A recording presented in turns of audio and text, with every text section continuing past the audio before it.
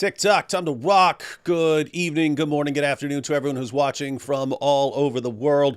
It's your friendly neighborhood philosopher here, D. Wood. And with me now, I've got someone who was one of the few people who was doing this before I was.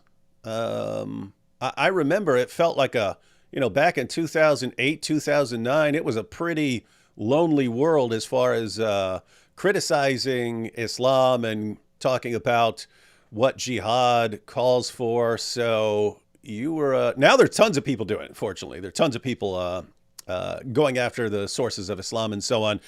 But back then it was a lonely world. So you were one of the pioneers. Now, to be fair, we know that there were people many generations ago who were dealing with Islam. But as far as like the modern period, no one wanted to touch Islam for a long time because you'd get blasted by everyone. If you started criticizing Islam, you of course got blasted by the keyboard jihadis who are sending you threats and saying we'll kill you and kill your families and all that. And then you get blasted by atheists. If you're a Christian, you get blasted by atheists saying, "Hey, how can you criticize that religion when you're also religious?"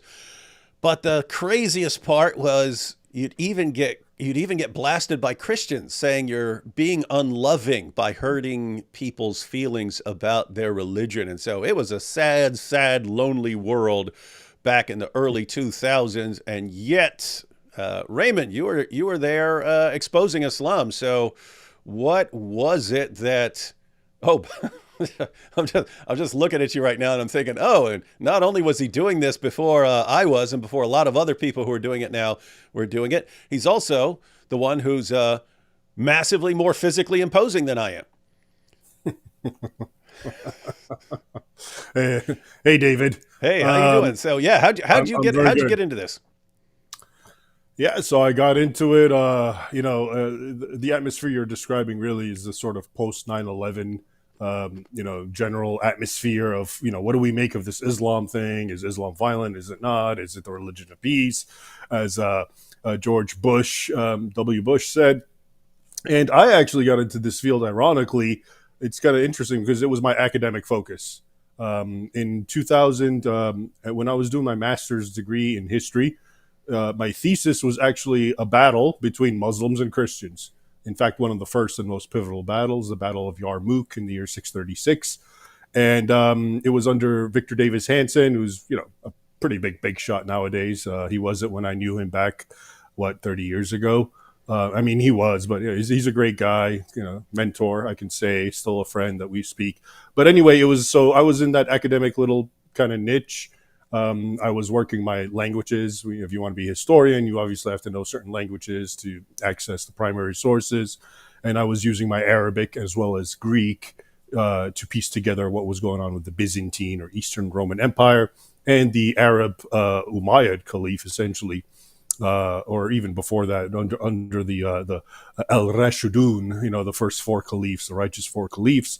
And that's all I really cared about. I was never, arguably until today, not very much interested in the temporal, because it's just I see it as just reinforcement, confirmations of the big things that I'm interested in. They're just byproducts of what I do like to study, and they're just confirmations. So when a Muslim goes and stabs and screams Allahu Akbar, I know that's the big news, but it really doesn't interest me because it's just confirmation of the impetus behind it that does interest me. Anyway, so I came from that sort of academic, scholarly, historical, quiet background.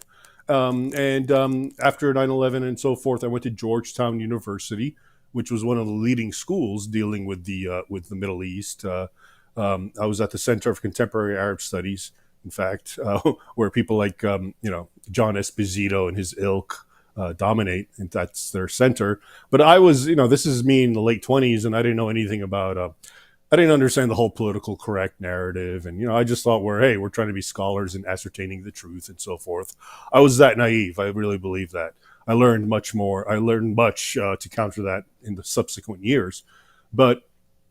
And during that time, now we're talking about 2002, 2003, I landed a job at the Library of Congress while I was going to Georgetown in the African and Middle Eastern Division. And this was like a dream job for me. I'm something of a bibliophile.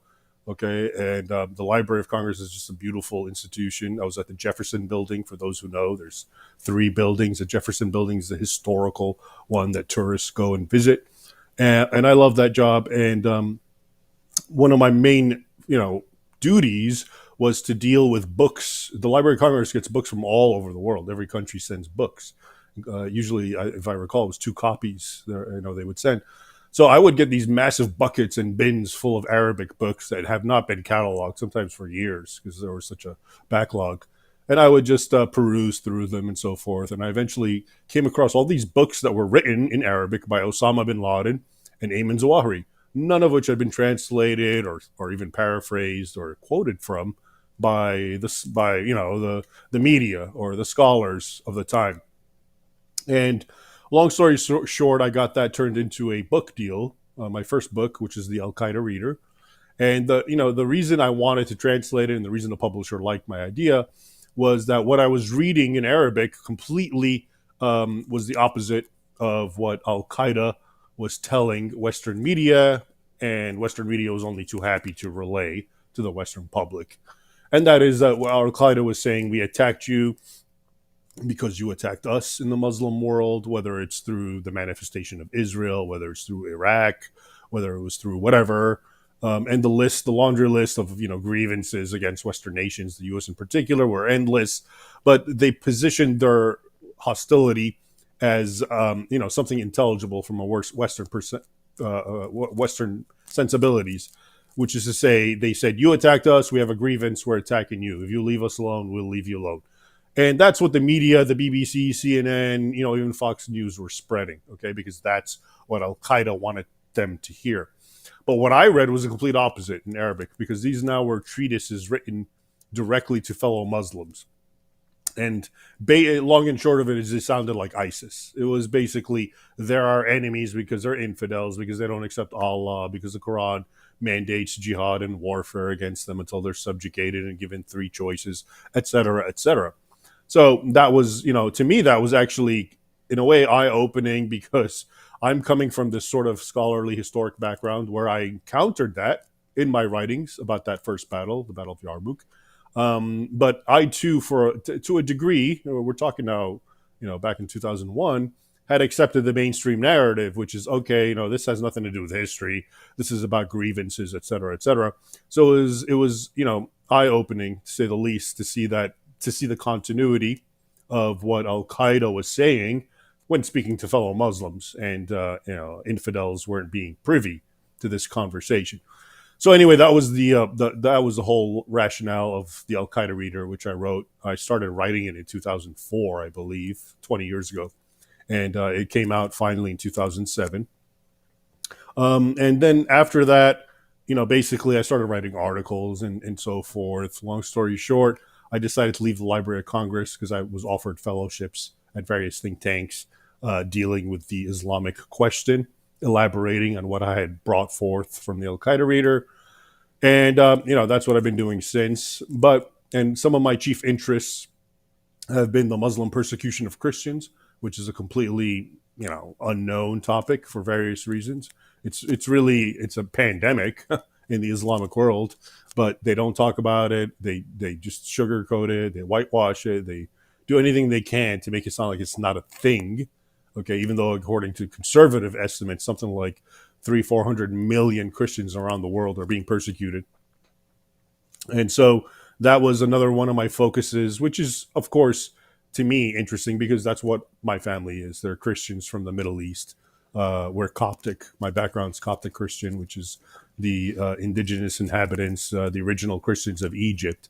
So obviously that struck a chord with me back then. I started writing books, and my next book was The Crucified Again, came out in 2013, exposing Islam's new war against Christians, which chronicled the abuses, modern and past, that Muslims have inflicted upon Christians and gave the Islamic rationale thereof. And I've actually sort of continued that, even though it came out in 2013. Since then, I've been publishing monthly reports that collate all the various instances of Muslim persecution of Christians.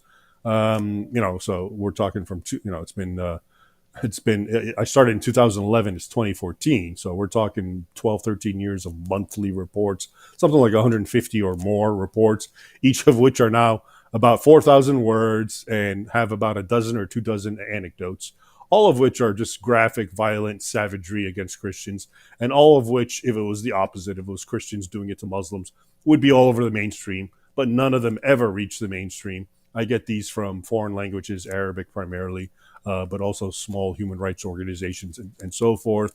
So that's also been one of my sort of fortes or interests. And then most recently, I've sort of delved back into my sort of academic background, history, and I've been writing historical books because I've always found the continuity of the conflict very interesting and very unknown. I think a lot of people, including those who like your audience, understand that Islam and the West have been at Islam is inherently violent or intolerant or whatever, anti-infidel. I don't think most of them really appreciate the history. Most of them understand it via scriptures, Quranic verses, or the Hadith. Muhammad said this, or the ulama pronounced this consensus, etc. All of which is good and valid, and I myself find interesting and have written about. But I've thought that it seemed to me that there was a lacuna or a vacuum when it came to the actual history, not the early history of Muhammad and the Hadith, but the actual history of all these various, 14 centuries. So after Muhammad, we're talking the Umayyad Caliphate and the Abbasid Caliphate and the Umayyads in Spain who survived, and then the Seljuk Turks, and then, the various groups, the Mamluks in Egypt and the Ottomans in Turk. There seemed to me very few writings to try to show you what was going on there and tracing it to what we know about Islamic doctrine. So if we know Islamic doctrine is anti-infidel, whatever, there weren't many books or writings really showing you how that's the case under these various dynasties and empires.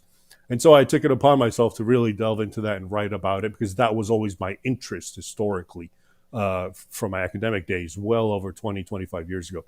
And that really manifested itself in 2018 with the publication of my book, Sword and Scimitar, 14 Centuries of War Between Islam and West, which, as its subtitle indicates, was a very comprehensive history of the Christian West and Islam and their battles and not just the battles. So it really centers around decisive battles, but the bulk of each chapter really deals with the context, which is more important. What was happening before the battles, during the battles, and the aftermath of the battles. So it's really a chronological look into the vast or long war between Islam and Europe, Christendom. And that was very well received, and there's much we could talk about with what happened, for example, the War College and CARE. We can get into that. But, the book was very successful, and I was asked to write a sort of complimentary book, which I did. And that was the more recent book, Defenders of the West, the Christian Heroes who stood against Islam. That came out in 2022. And that book, it's really, it really complements the first book, Sword and Scimitar. They cover the same terrain, but I'm writing it through the eyes and the experiences of 8 Christian heroes. So they're more like myopic or, microcosmic biographies of various Christian defenders, from Crusaders to Reconquistadors in Spain to Balkanites, including, of course, Vlad the Impaler, the much misunderstood Dracula. And so that's been my second book. And I'm happy to say they've had really a strong impact on people because, like I said, I think there's been a vacuum, a hole in this particular, aspect of history. Whereas a lot of us, we understand the doctrine and we can quote Muhammad and we can quote the Quran and we can say, here's the exegesis and here's what the ulama have an ijma or a consensus on. All of that's great. And I think that in and of itself is potent. But I think there was always a weakness from the historical argument. The academics, the left, if you want to use that word, have really dominated it because it's harder to do history than it is to, collect a few verses and, talk about them. And even though that's an important aspect, like I said. So that's been my mission these days. And the books have been very successful, I'm happy to say. And I'm still writing them. I have another one coming forth and even more, all of them, because like I said, that field is so fertile, the field of Islam and Christendom, or the field between West and Islam. I got 14 centuries to cull from. It's endless, and just but the problem is most people can't access this stuff because they go to Barnes and Noble and they grab a book about Islamic history, and it's written by Karen Armstrong or John Esposito, and it's nothing but a big whitewash meant to demonize Christians and extol Muslims. Okay, so that's why it's very hard for people to find it, but hence why that I've made that basically my mission in recent years. And Yeah. that's in a nutshell me. Yeah. And it's funny you mentioned John Esposito. The first class I took on Islam, that was the required reading. It was John Esposito's books. And Karen Armstrong wasn't required reading, but it was strongly recommended for our papers and so on that you learn Karen Armstrong and share that. You mentioned people not knowing their history, and this was shocking to me when I read Robert Spencer's book, The History of Jihad, because I'd been debating Muslims for years and had multiple debates on whether Islam is a religion of peace and Christianity versus Islam and so on. And so I was like kind of what you're talking about. I was familiar with the Quranic passages and the relevant hadith passages and so on. And so in reading the history of jihad, then all of a sudden it's like 80% of it was stuff I'd never heard before. So, even as someone who deals with this stuff regularly, I would learn basically what happened for Muhammad and the four rightly guided caliphs. That's it. And then giant gap, maybe a little bit of something with the Crusades or the golden age of Islam or something like that. And then Al-Qaeda. That's it. You skip over everything else. No, and then the colonial era, okay, which is where all the problems begin because these mean Westerners went into the Middle East and Islam and conquered, and that's why Muslims have a grievance. That's usually how it goes.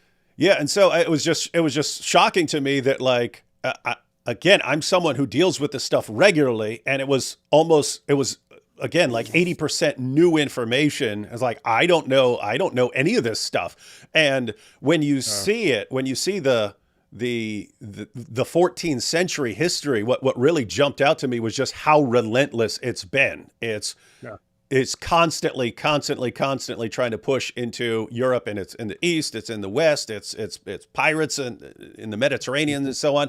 And it was completely relentless. And so that was a big eye opener for me.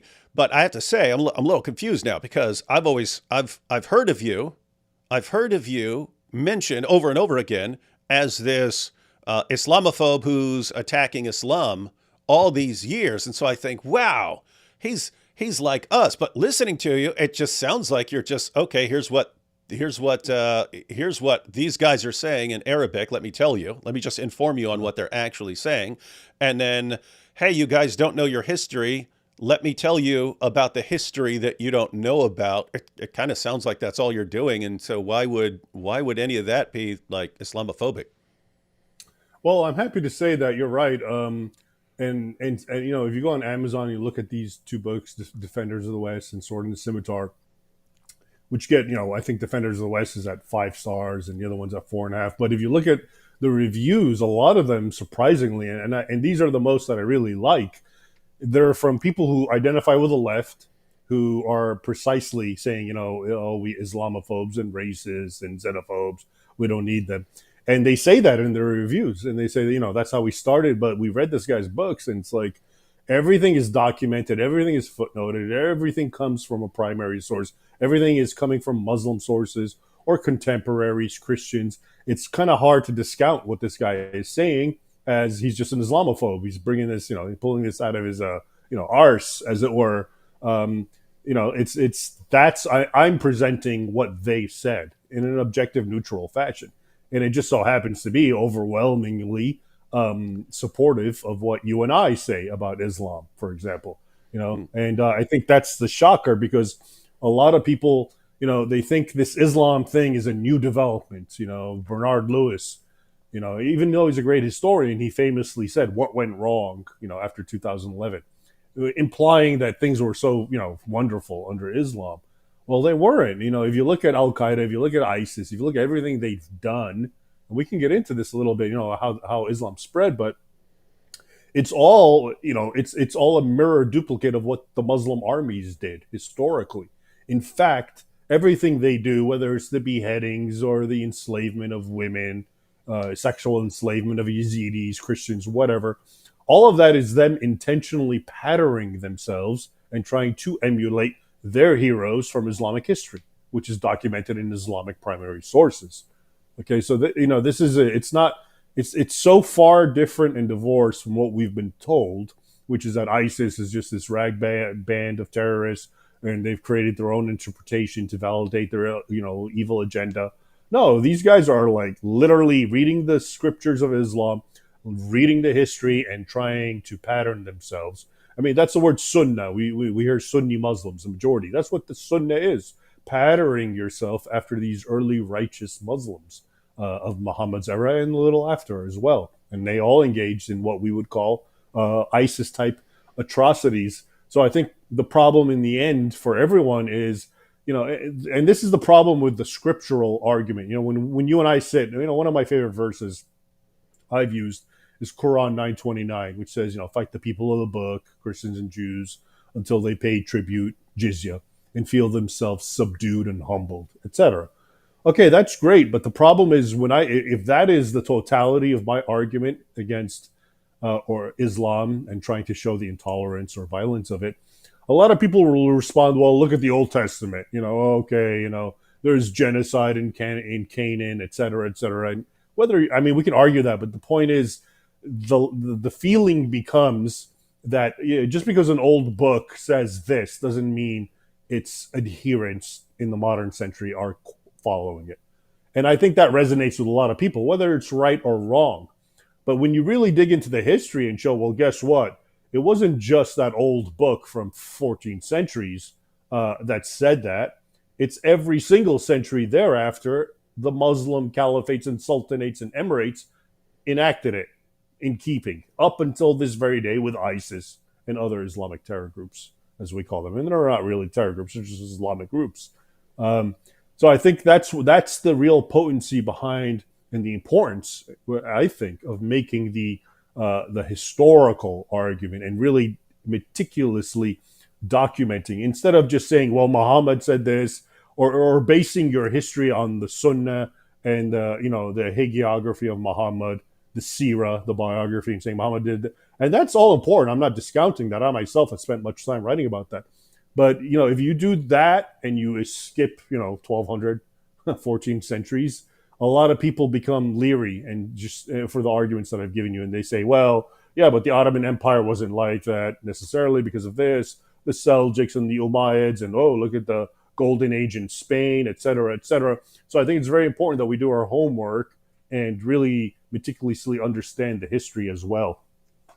And could we say one second? Let me put I had while you were talking, I put the books up on the screen here, and so everyone knows the links to these books on Amazon. The links are in the description box, along with a link to Raymond's website. So be sure to check out the website and grab those books. But could we say that in the environment we're in, where ignorance has been the rule for many, many years, people just don't know. So at first it was people don't even know what the verses in the Quran are. And so you're kind of trying to show people, actually, here's what the Quran says. It calls for the violent subjugation of Jews and Christians and everyone else. And so you point those things, we point those things out for a while and so on.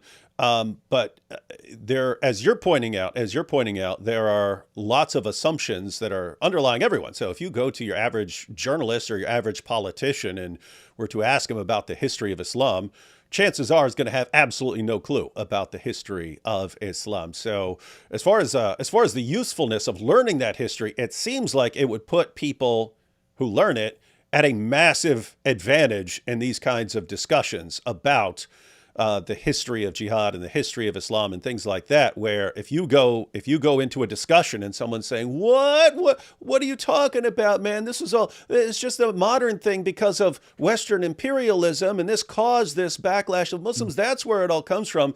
If you were actually able to just start recounting battles and dates and things that happened and the aftermath and so on, you'd kind of have a massive advantage in discussions that are meant to deal with this atmosphere of ignorance. So yes, I'm talking to all you out there who are watching. There's lots of there's a lot of ignorance, and I have to say, if people still keep clinging to really stupid ideas about Islam, I think you're in a lot of trouble. And so if you really want to deal with the problem, then learning and then sharing what you learned would be a really, really good path to go. So guys, be sure to grab those books, learn that material, and then keep in mind there are different levels based on the amount of time people have. Raymond has dedicated his life to this research. You may not have that time. You may have other things that you have to do in your life. Guess what? Learn one thing. I keep telling people that. If you can't learn it all, learn one thing and share that. Learn about one important historical fact and just keep sharing that over and over again. If people don't know about it, you're going to make a difference. Now, Raymond, you did kind of go viral recently on Twitter. I mean, it was a TikTok video. Someone put it on TikTok. I didn't see it on TikTok because I'm not on TikTok, but I know it went viral over on TikTok, so much so that it spilled over into Twitter.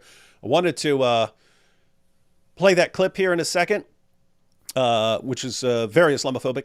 But play that clip, and then you kind of that was part of a much longer discussion. So we'll play the clip, and then you can go through the whatever you want from the longer discussion that's relevant for everyone here.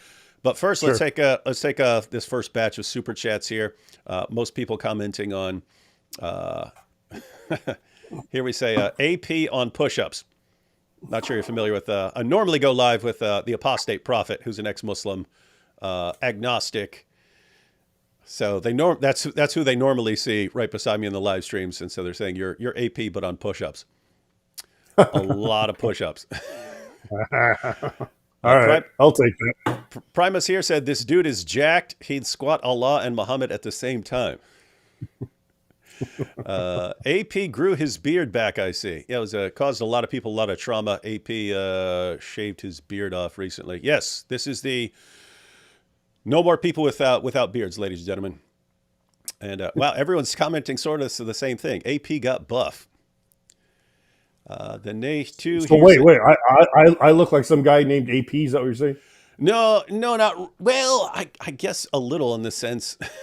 You normally have a guy named AP, and they're kind of saying like, "Oh, that's AP," but he's buff, they're saying you're like a much more massive, stronger version of AP. Let's see. AP got buff. Here we have Nay says we need Trump back to destroy jihad and vote Trump save USA. I have to say, guys, I wouldn't put much confidence in politicians until you deal with the problem of ignorance, because you could get one politician you like, and guess what? The next election you get a different politician, and so on. I don't think you can effectively deal with Islam until you have an informed population of free people. And if you have an informed population of free people, the other pieces will fall into place, because you can vote for people that an informed population of free people would want, and you can get journalists that an informed population of free people would want. Here we have D. Wood and Ray Ibrahim together, finally, like Marvel and DC crossover. Thank you both for your awesome work. God bless you with the best of health for you and your family. Thank you. Ray, please give us a riff on the real Dracula. Actually, I'll pause it there, because I did find that out, that we think of Vlad the Impaler as, again, like the basis for Dracula, and we think, wow, this creepy dude who lives up in his castle and he's impaling people, whereas people in Eastern Europe still view him as the hero who saved them from repeated Islamic invasions. Why don't you give us the short, since it was requested here, why don't you give us the short version of Vlad the Impaler? Yeah, happy to do so. And so, for the record, in my last book, Defenders of the West, Vlad is the final chapter. And one of the most, I would say, probably controversial and sensationalist chapters. So, the long and short of Vlad is you're right. In 1897, Bram Stoker, an Irish novelist, wrote a book, Dracula. And like all smart novelists, he tried to give it some sort of historical veneer. So he did a little research about Romania and found this guy, Vlad the Impaler, and read some things about him being violent, impaling, et cetera, et cetera. And so Vlad the Impaler became Dracula, this blood sucking denizen of the night. We know the rest. Anyway, so the real Vlad Impaler, as usual, when you delve into this man's story, first of all, yes, he was. We can, by modern standards, certainly he was sadistic. Okay, and he impaled a lot of people, Muslims and even his own enemies, non-Muslims, most of whom consorted with Muslims against him. Okay, but now here's the missing, backdrop or context. Impalement was pretty normal back then. A lot of people impaled. Number two, he learned impalement from the Ottoman Turks because he was a hostage, him and his brother, in his youth in the Ottoman court. And him and his brother, I'm sorry, and his younger brother, Radu, the handsome, was turned into a catamite by Muhammad II or Mahmud II, who was a homosexual or bisexual or whatever, some kind of pervert. And, he turned Vlad's younger brother as his boy toy. And Vlad, of course, according to the sources, didn't relent to that kind of lifestyle and was constantly being beaten and whipped and etc. Finally, he escaped, and his brother stayed. And he ran back to modern day Romania, Wallachia, as it was his kingdom. And he was the birthright. He was supposed to be the voivode or warlord or king of Wallachia, and he became it eventually. And then he just ruled with an iron hand because everything was in chaos.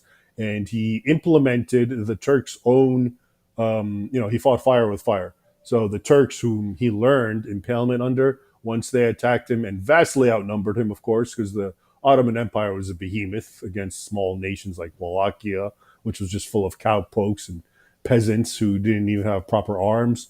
And so even in all their wars, the Wallachians were constantly outnumbered by something like 1 to 15. And the Ottomans, like I said, were a professional army, armed with all the sophisticated weaponry, where like the other guys were walking around with just shovels and pokes and whatever farm tools they could use.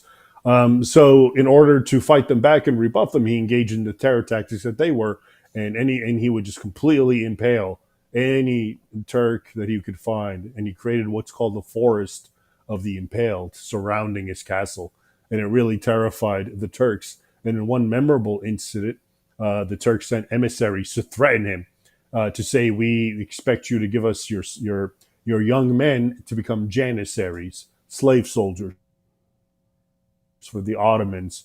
And the first thing he said to the Ottoman emissaries, because they were of course wearing turbans, is, you're under my roof, and I'm royalty. You need to remove your turbans. And they said, it's our custom and our religion says we can't. So he said, okay, to help enforce your custom, I'll make sure you can never remove them. And he had their turbans nailed onto their heads and then sent them back in ignominy to Muhammad II, saying, we don't want your customs, we don't want your threats. This is, take your stuff and go back to your own realm. And of course, war and jihad was declared on him. And you can read the rest in the book. It's very long. He had many heroic adventures, and he fought back. And he actually, you can say he won until he was betrayed, including by his now, sodomite homosexual brother, who became the complete creature, Muhammad II, and others. And the long story short, and then he got killed, of course, etc. I don't want to give too much of the story because it's very, so many movies could be made about the actual Vlad the Impaler vis-a-vis Islam, but of course, all we get is the Bram Stoker version of this undead bloodsucker, which has nothing to do with history. But that's really the real kind of tragic story. He's something of a tragic hero. And like you said, until this very day, Romanians, he ranks, whenever there's a poll amongst Romanians, he's like often in the top 10 most loved and revered figures of Romanian history. And there's a reason for it. because no matter, he may have been draconian or extreme, but it was really needed in the context of the times as a weak Christian force fighting this monstrous behemoth of Islam. And he could only fight the only way he could, which included, of course, the terror tactics.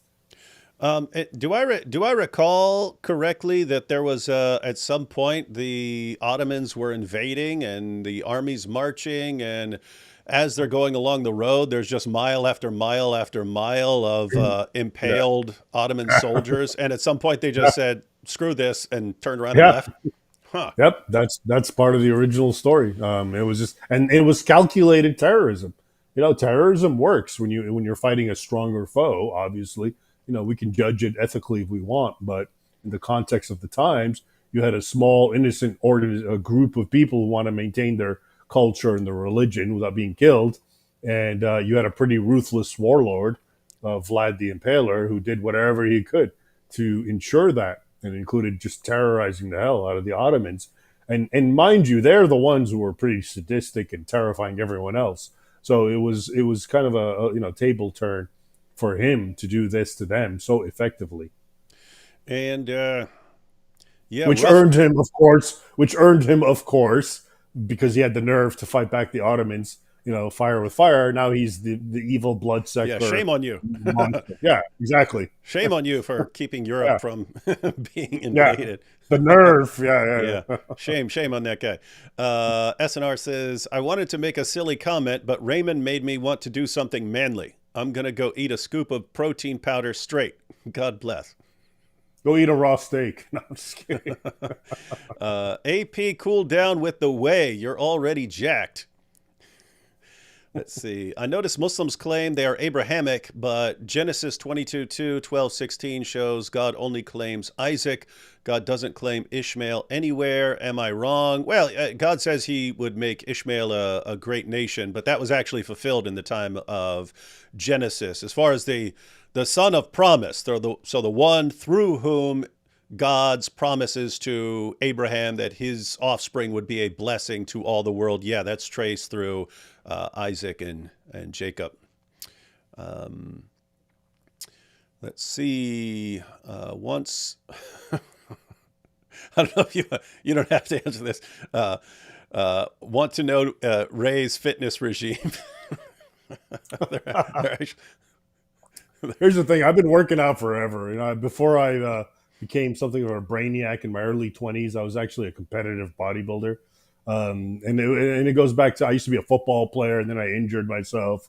I was supposed to play college football as a defensive end or a linebacker, and I just loved weightlifting. So I had busted knees and elbows, but I stayed with weightlifting, and I engaged in bodybuilding. And this is all early 20s. So by 22, I was done. But I still played around with it, and but from 30s to 45s, I was so busy. But now I'm kind of relaxing, and I have a little leisure time.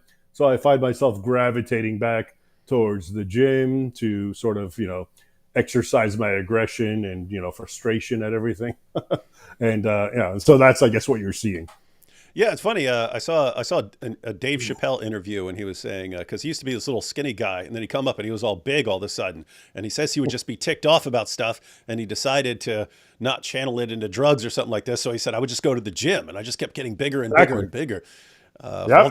All the stuff that was ticking me off, and I just run to the gym and start lifting, and so yeah, kind of works, guys. So guys, It channel your rage in a positive direction, everyone. You heard it here. What are the best sources for learning Islamic view of marriage? Reading Al-Ghazali, lovely Sunnah like a straw man is better than a barren woman, black mother better than a childless beauty.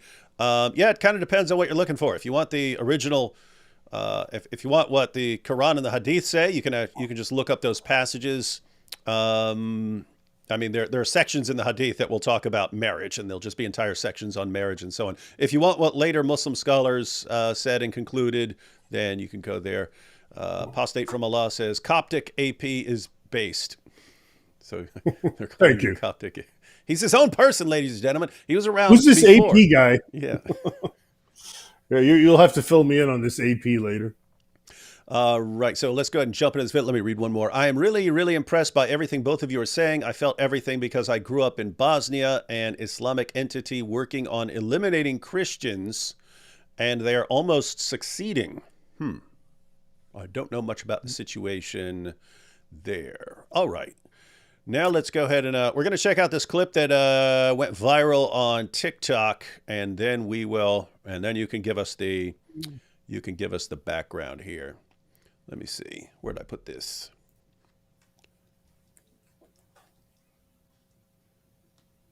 All right. I'm going to check this out. You're not doomed yet, but... So the question was not included. Did someone just stand up during the Q&A and say, are we doomed? Yeah, someone, and by the way, let me just explain something. You're going to see me like chewing and smacking my lips and, some unseemly sort of behavior.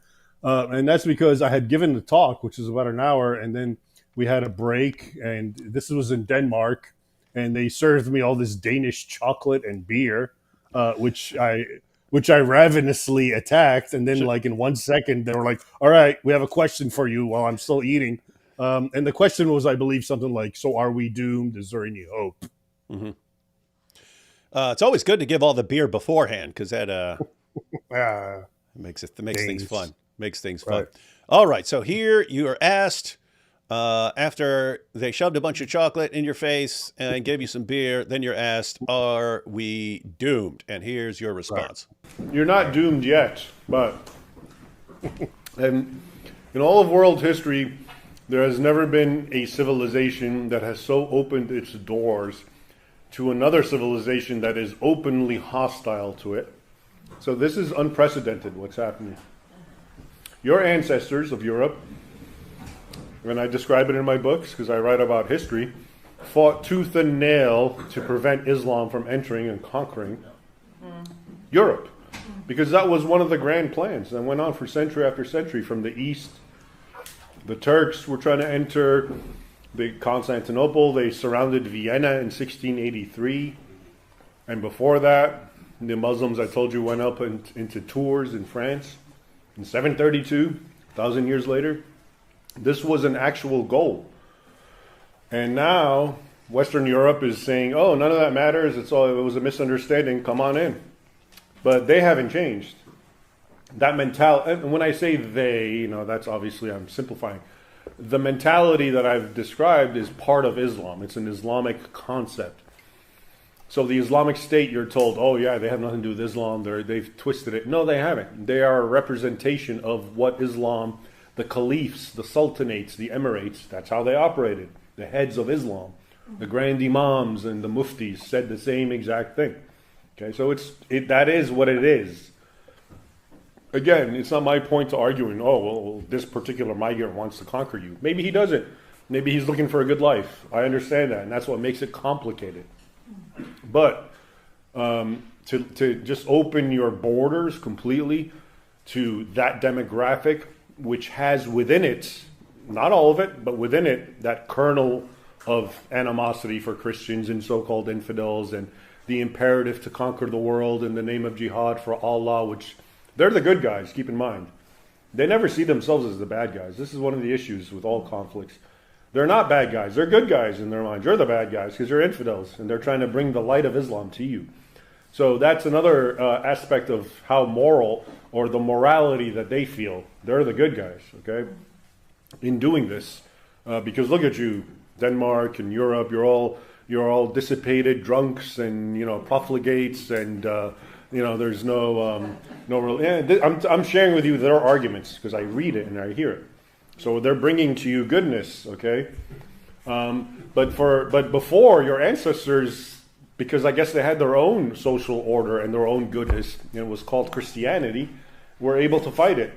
But I guess in this current void of sort of this atheistic climate, anything goes, and who's to say they're wrong? Maybe they're right, etc., etc. And now you have what's happening. So it's a very unprecedented experience. A lot of people talk about the Roman Empire, this sort of thing happened, but it didn't, and we can get into that. It was actually, they were still cognizant of trying to maintain their own social, cultural mores, Rome. And it fell to the Goths and the Germanic peoples. And I'm just saying, some people use this analogy. But in this case, this is completely your doing. Not you, but it's Europe's doing. Okay, you're bringing a hostile force that's openly hostile. And lo and behold, when I look where Muslims are, I see chaos and violence and criminality and rape and grooming in England. Okay, that's what always happened under Islam. Okay, so is there a hope? I think so. I hope so in time. But it's so bad that it even had to get to this point. You know, it's such an abnegation and betrayal of your own heritage, of these men and women who fought and died to preserve your way of life against an open, hostile force, and now they're being welcomed in, and why not? It's okay. So I guess so. It's a matter of time. So where's the hope? Excuse me. So where's the hope? You say there is the hope is to wake up, wake up and see what reality and what I'm talking about, and understand the history and the doctrine of Islam and what Islam is all about. Islam is unequivocally hostile. You're making a point that I keep making over and over again in streams and videos, and you even see some atheists getting the point. Richard Dawkins, actually, to his credit, saw it kind of before a lot of his followers did. I think it was back in 2011 or something like that. He said in an interview, he said, he was asked about the decline of Christianity in Europe. And he said, I have mixed feelings about the decline of Christianity in Europe because I think it may have been a bulwark against something worse. Mm-hmm. And it's a point I've been making that, atheists of the world, say whatever you want about Christians, but for 14 centuries, Christians in Europe had the common sense to say, hey, whatever else we disagree about here, whatever else we argue about, whatever else we fight about, we all agree, right, that we are not going to be controlled by that. Are we in agreement? East, West, do we all understand this, that we are not going to be controlled by that? And like the moment you had Christians going secular, or you had millions of people becoming atheists and so on, like the moment it happens, we can't invite Islam into Europe fast enough. We just can't get enough of this Islam. It's the greatest thing ever. Please let us have more Islam. Very, very weird stuff. Anyway, just wanted to get to it. There's a question here that ties in, and then I'm going to hand it over to you to share any information backing up what you're saying there, or talking about Christians of the past, or the history of jihad. Anything you want to discuss. We have some rude joking here, saying, "Is this Diha al-Kalbi?" It's actually a compliment. He was a companion of Muhammad, who was known as the handsomest guy in town. He would show up to town, and the ladies were said to walk out to check him out. Oh, maybe. Yeah, maybe. Here was the question that I wanted to bring up for you. Don't know how familiar you are. I'm sure you're probably somewhat familiar with Memory TV, but they say, is Memory TV translations accurate? So are these translations trustworthy, as far as you know? I've watched some of their translations, and I understand Arabic, so I can compare, and by and large, they are accurate. I've seen other issues, not necessarily dealing with accuracy of translations, but of dates, presenting certain things as happening on this date, but they actually happened at a different date. But by and large, from what I've seen with the translations, they seem accurate. All right. And we have the Countess here saying, Vlad and I are often mistaken for evil vampires. Yep, true. Raymond Ibrahim does actually have a similar. They're actually saying you do look like AP, except you're. Who the hell's AP? Who's this AP? That's what I say. Who is this AP? Guys, you got to send me a picture. Yeah. AP's old news, ladies and gentlemen. We got the upgrade here. We got the upgrade. And Son of the Dragon certainly was a true hero. Is that what they called him? Yeah, Dracul was his father, which means a dragon, and Dracula with a little a means son of the dragon. All right. So we have that clip, ladies and gentlemen. And you guys, you can find that if you just type in Raymond Ibrahim on Twitter, you can find that clip. So it's definitely a good clip to share. But we have the man himself here. So what What would you like to share with everyone that led you to make those claims about Islam and Christendom? Well, let's. I think it'd be a good opportunity right now for me to run through 14 centuries of jihad in maybe 5-10 minutes. And I think much of what I'm going to say is the sort of thing that people are not aware of, because I think most learned Islamophobes like you and me and your audience, most of them are aware of Muhammad, the Hadith, the early, Islam, and then ISIS. Okay, so I'm going to give you the filler, the other 13 centuries, and the reason is to show you how well they conform to what Muhammad did and said, as well as ISIS. Okay, and within that, I think I'll give you a little bit of information that may mind boggle some people because they just don't know it. Because here's the problem, and I'm going to digress a little bit, but I think this is important. If you really if you want to learn about Islamic history vis-a-vis the West, let's say, what are you going to do? If you're an average guy, okay, you're going to go to the bookstore, you're going to go into Islam history or whatever, Middle East history, and you're going to find a book. And you're going to find Karen Armstrong, you're going to find John Esposito, and a lot of other fools. And you're going to buy it and you're going to read it, because you're not about to go and do some, find some primary, chronicle written in Latin or Greek or Arabic and try to translate it, obviously. And then you read that, and it's going to tell you essentially the exact opposite of what happened. Okay, and I'll get into that. I know that sounds hyperbolic on my part, but it's literally oftentimes the antithesis of what happened. It's a complete lie, fabrication. Okay, but to the innocent bystander who read this secondary history, you can't blame him, because he went to Barnes and Noble, he got a book, and then the worst part is, he reads this and he believes it, and now he thinks he knows. So, the guy who never read anything, the layman, he's actually better, because he's willing to admit, I don't know. Okay, Muslims are violent. I get it. Makes sense. Oh, they're not. Okay, they're moderate. Okay, I get it. But the guy who reads indoctrination, what happens is he thinks now, I'm learned. I know more than the other guy. But in fact, what he learned is just lies, and he tenaciously clings to them. Okay. Hey, well, I just want to insert one thought there, because the guy you're describing is still someone who actually might go to a bookstore and get a book. We've actually got worse scenarios right now where someone someone watches a YouTube video. Right. But you're right. Of a you're talk, right. or can some, see. even worse, someone reads a tweet and now they consider themselves experts and so on. So you're sitting here talking about this dummy who goes to the bookstore and thinks, I got this book by Karen Armstrong, I'm an expert. I'm like, who's really a genius. Yeah, I'm like, this guy's like epic researcher by other standards. Yeah, sorry about that, but no, that's well taken. You're right.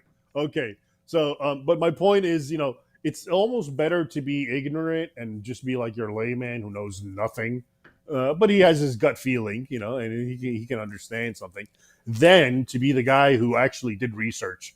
Because if you're that guy, chances are you read propaganda, which was intentionally written. We've known about fake news for a little bit now, but fake history is much older and even more potent, in my opinion, because fake history sets the stage for you to be able to say fake news, okay? Because it's the first premise, all right?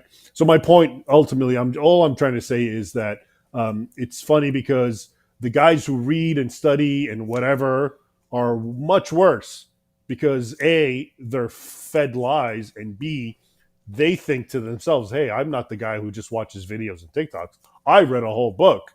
I know, all right? But they know nothing. They know absolute lies. You know nothing, Jon Snow, essentially, okay? So that's the whole point. Now, let me tell you what really happened with the history. Quick blitz, assuming I got 5-10 minutes. All right. So in the 7th century, Islam is born, right? Muhammad, 570 born, died 632, according to the traditional, historiography. And 2 years after his death, jihad is declared. And Muhammad himself declared and actually negotiated with the Eastern Roman Emperor, the Byzantine Emperor Heraclius, and basically told him, convert to Islam or else. And Heraclius rejected it. Muhammad died soon thereafter, and then jihad erupted out of Arabia. Okay. Now, I think the really important point that most people miss is a lot of people understand the Arab conquest, the Islamic conquest that I'm discussing, but they don't understand how fundamentally and profoundly Christian that region was. Today when you think of Christianity historically, pre-modern era, you think of medieval Europe, which of course was Christian.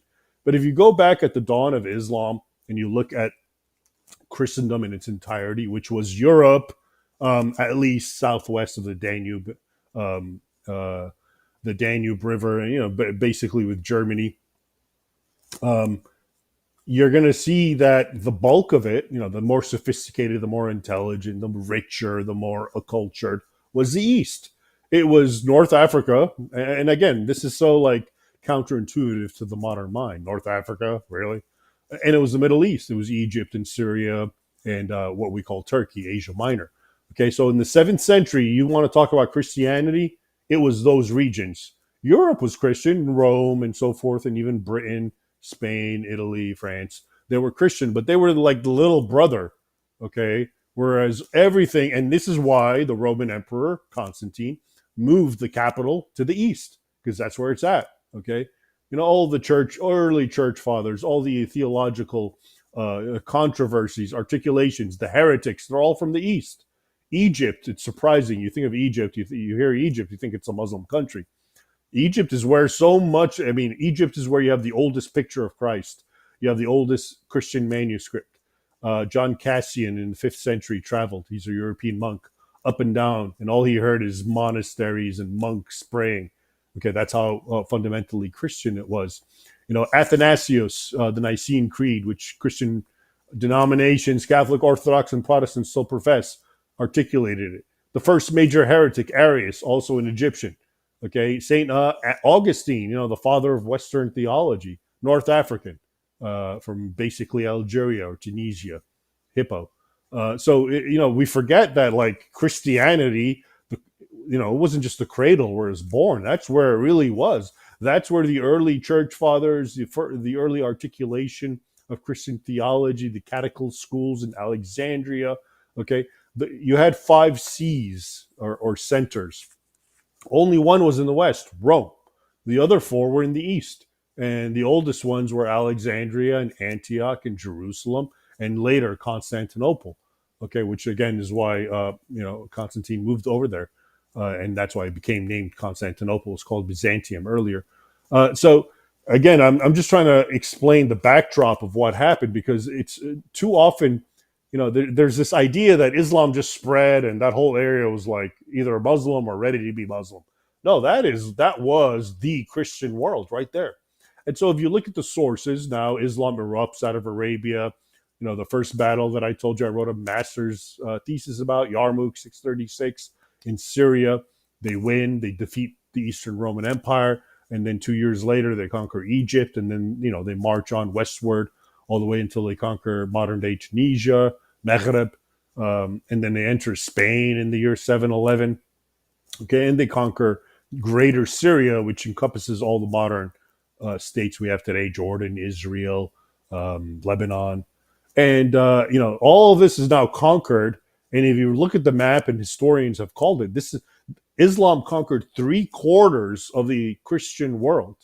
Okay, the three most important quarters of the Christian world. Who ever heard of that? You read a history book. Have you ever heard that Islam violently annexed and conquered 3/4, 75% of what was then Christendom? No one ever hears that. But that's exactly what happened. And it was even worse, because then they entered Europe. Spain was completely subjugated, except for a small pocket of Christian resistance in the northwest of the peninsula. And then 100 years after Muhammad died in 632, in 732, now they're in the middle of France, doing what ISIS does: killing, ransacking, raping, enslaving, burning churches, until finally the Franks, Charles Martel and so forth, at the famous Battle of Tours, defeat them. And even then, it's not like they just disappeared. They were holed up in Spain, where they continued the atrocities. And then the Mediterranean, which was, of course, all Christian, was awash with jihadist raids and conquests, all of them highlighting ISIS depravity and atrocities, okay, which we never hear about. And so now we come to the Dark Ages, or what historians shy away from the term Dark Ages nowadays, but it was pretty popular. And for the longest time, historians said the Dark Ages, were a product of the Germanic, the Germanic peoples overrunning Rome in the 5th century, 476, sacking Rome, and then essentially planting themselves all over the old Roman Empire, the Visigoths in Spain, the Franks in Francia or Gaul, and so forth. But, if you look at smarter historians such as Henry Perrin, who came up with his own thesis in the 19th century, he traced it directly to the Islamic conquest, because the Islamic conquest completely severed the Roman lake, which was known as the Mediterranean, which is what kept Christendom combined. And even before Christendom, Rome, the Roman Empire, it was, of course, those southern European nations, Spain, Italy, and so forth, as well as Egypt and Syria. That was it. Egypt was the grain basket that fed the Roman Empire. So with the conquest, you had a complete severing, and now the older or the younger and weaker Christian world, with Rome as the center, was cut off and left there without any more continuity with the East, which is what gave it succor for centuries. And therein is really the origins of the Dark Ages. And this is where literacy is lost, because they can no longer get papyrus from Egypt, for example. This is where everyone runs to the highlands because they can't be on the coast, where Islamic raids were habitual and people were being abducted and killed and kidnapped and sold in Barbary and so forth. So these are the forgotten, episodes of history that really led to the development of the West. In fact, the word "the West," if you look at it, it itself is a reflection of Islamic conquests, because the original Christian entity, the Christian world, Christendom, was not Europe as we think. It was Europe, but also all of North Africa and the Middle East. Okay. And 3/4 of that was completely swallowed up. So what was left? The Western appendage of Europe, the West. Okay. This is why it's the West versus the East. Okay. And people, of course, don't make that connection of why till this day, this civilization is called the West, because it was the westernmost portion of Christendom that didn't get conquered, even though it was continuously harried and attacked. Okay, now I've only reached about the 9th century. I started it in the 7th.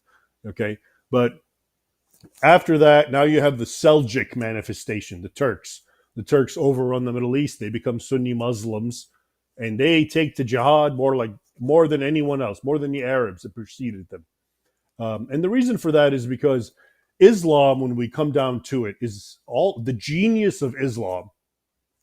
It was formulated by a Bedouin and formulated for tribesmen, and therefore it's a tribal religion. So if you're a tribesman, if you're a Turkic tribesman or a Mongol or a Berber or an Arab, it makes perfect sense. It's black and white. It's us versus them. We're the good guys, they're the bad guys. That is tribalism. But Islam deified it. So it's no longer just, inherent human tribalism. Now, God wants this. God, Allah, is ordering tribalism. He wants you to fight, kill, destroy, subjugate all of those who are the other tribe. The Ummah, we hear the Ummah, which is the Islamic world, the Islamic nation. That's all it is. It's the super tribe, the super Islamic tribe, and everyone is its enemy. Everyone that's not part of the tribe is the enemy. And that mentality existed and impelled Muslims for centuries against everyone. Okay, so now the Seljuks, they absorb this, and according to historians, this isn't my words, and I quote this in my books. A lot of historians will tell you they took to jihad more than the Arabs did, because again, it fit perfectly with their own tribal ethos. And then now it's the 10th century, 11th century, and now you got the Turks running amok in Asia Minor, which is one of the oldest Christian regions. This is where St. Paul sent so many of his epistles. Okay, and now if you read the sources, contemporary sources, hundreds of thousands of Christians, mostly Armenians. We think of the genocide of the Armenians at the hands of Turks as a 20th or 19th century manifestation. That's the tail end of it. It really began over 1,000 years ago in the 11th century. And you can read about the depravities. I have them in my book, where Armenia is completely devastated. Christian, one of the cities, Ani, had 1,001 churches. all of them burned to the ground. Tens or hundreds of thousands of women and children forcibly enslaved, taken into the Islamic domains. Christians butchered, crucified, beheaded constantly. Now, this is in the late 11th centuries. It's after the Battle of Manzikert. So we're talking 1080, 1090. And that's the origin of the Crusades. So now we finally come to the much ballyhooed and condemned Crusades, which are always presented in a vacuum. If you talk to any the people I was discussing who don't know anything, but they read books, they'll tell you the problem begins with the Crusades. John Esposito, I have a quote from him somewhere, and I'm paraphrasing it, though it's near verbatim. He says something like, 4 centuries of peace elapsed between the Islamic world and Christendom until an evil papal power play and an imperialistic endeavor pushed all these Christians to the Holy Land, and they ruined it all, creating mistrust and grievances in the Muslim world. Okay. No, what actually happened is it was 4 centuries of continuous conquest of Christian lands, 3/4 of which were absorbed. And finally, in 1095, Christendom, Europe, was strong enough to actually marshal a counteroffensive, which is the First Crusade.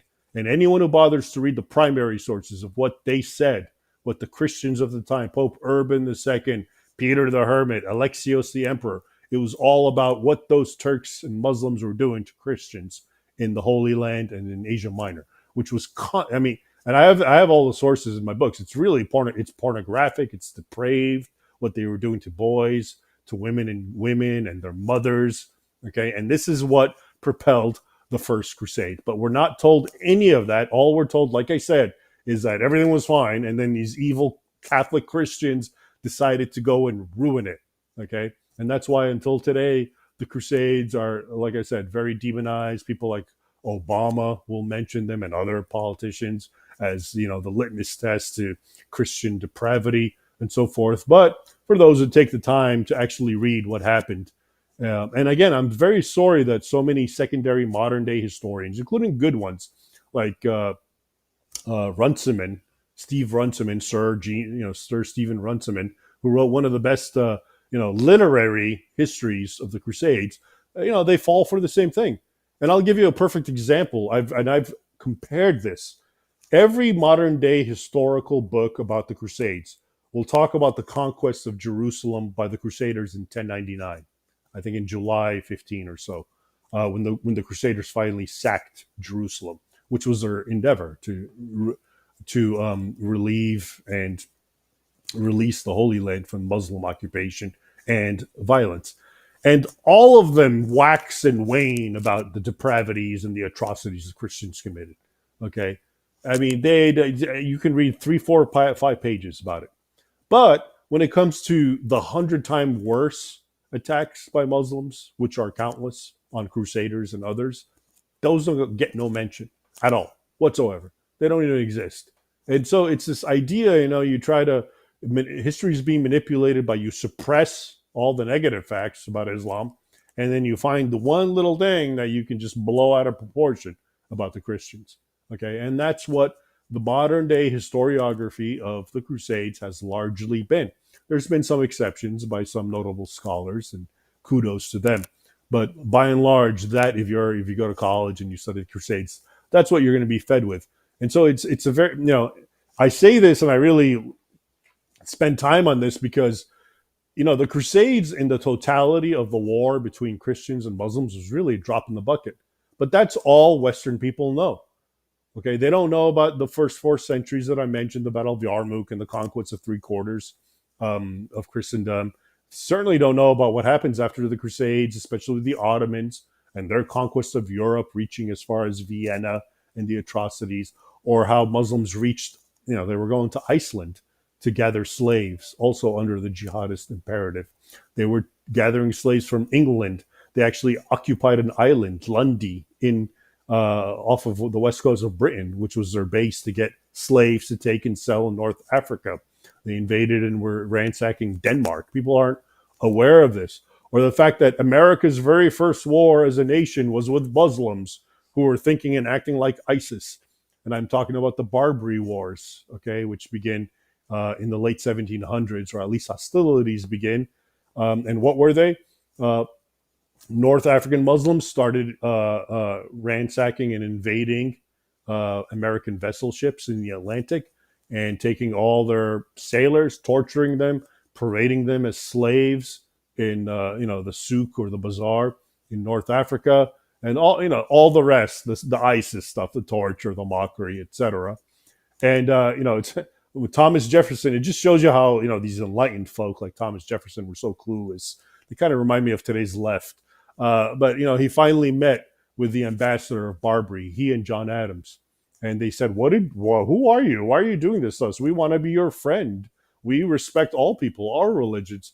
And the ambassador said, "It's according to our Quran and our prophet. You're the infidel. You're the enemy. We have to lay in wait to plunder you and ambush you and kill you, etc." He was paraphrasing Quran 9:5, basically. Not that Jefferson could understand that, even though he owned the Quran. Okay, so it just shows you the continuity is so unwavering, and it has been nonstop. But we've, in keeping with the fake news of today, we've had fake academics who, in order to validate their own narratives of evil Christians, poor Muslims, have completely ignored all of the violence, and which is, like I said, that is the bulk of it. And then they focus on that little drop in the bucket called the Crusades, because now they have an excuse. Oh, we have Europeans traveling to Muslim lands, therefore they're the aggressors, without understanding, of course, that those Muslim lands were conquered by Muslims. Jerusalem was Christian for centuries before the Muslims conquered it in 637 AD, or I'm sorry, 638 or 9 AD, soon after the Battle of Yarmouk. Okay, so that's okay, but for Christians to want to get it back, well, they're horrible monsters.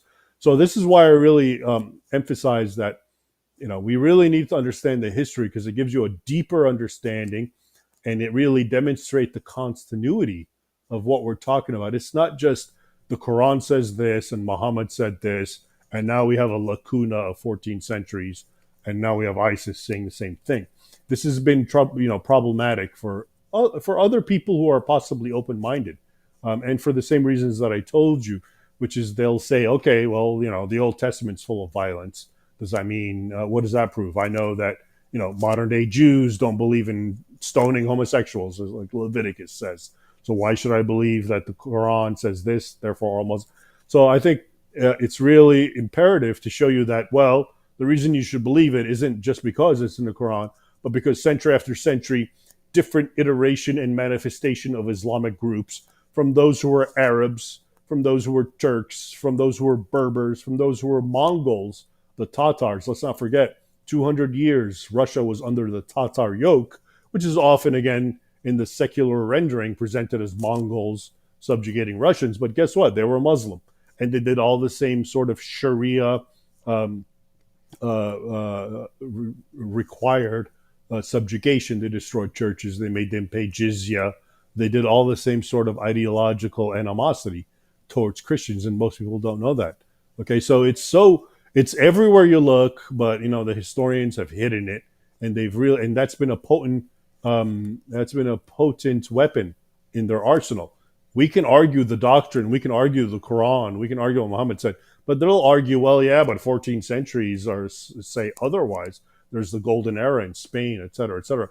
Therefore, what's happening today, ISIS, et cetera, they're an aberration, obviously. It's a compelling argument unless you know the history. You're talking, very good, by the way. You're talking about this, when people have this basically 12 or 13 century gap where they don't know anything that happened except for a few random things they've heard of, like the Crusades or something like that. When people don't know, when there's just atmosphere of ignorance, it allows a person to come in and say whatever they want, and people aren't going to know any better.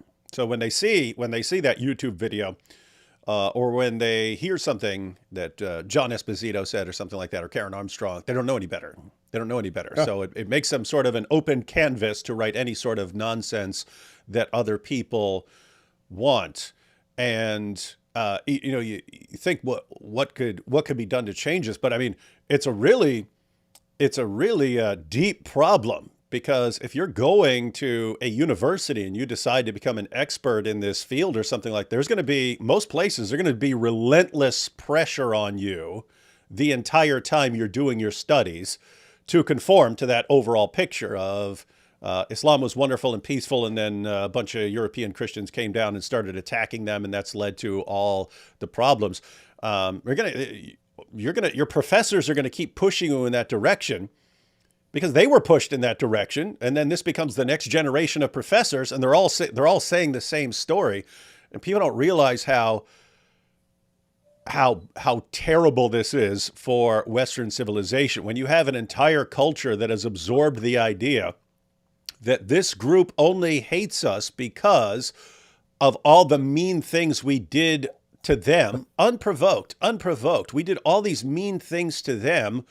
Well, how are you going to complain about them now? We can't complain about them now if they're, grooming little girls and gang raping them. And so we kind of deserve it. We deserve it because in order to atone for our sins of the past, we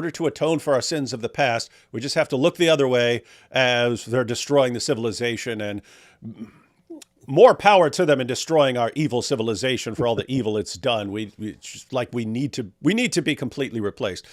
Whereas, if you actually were to absorb the real story, where Islam has always been relentlessly coming for Christians, and it took a ton of their lands, and now it has it's had its eyes on Europe for a long time, just because that wasn't the place where they could really seal the deal.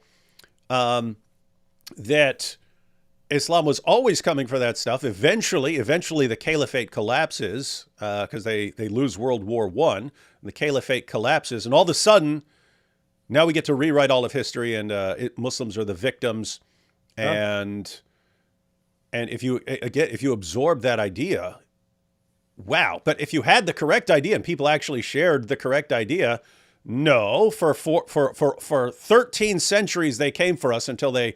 And the only times they ever stopped was when they lost in battle. That's when they would stop for a while to make preparations for the future until they would try again.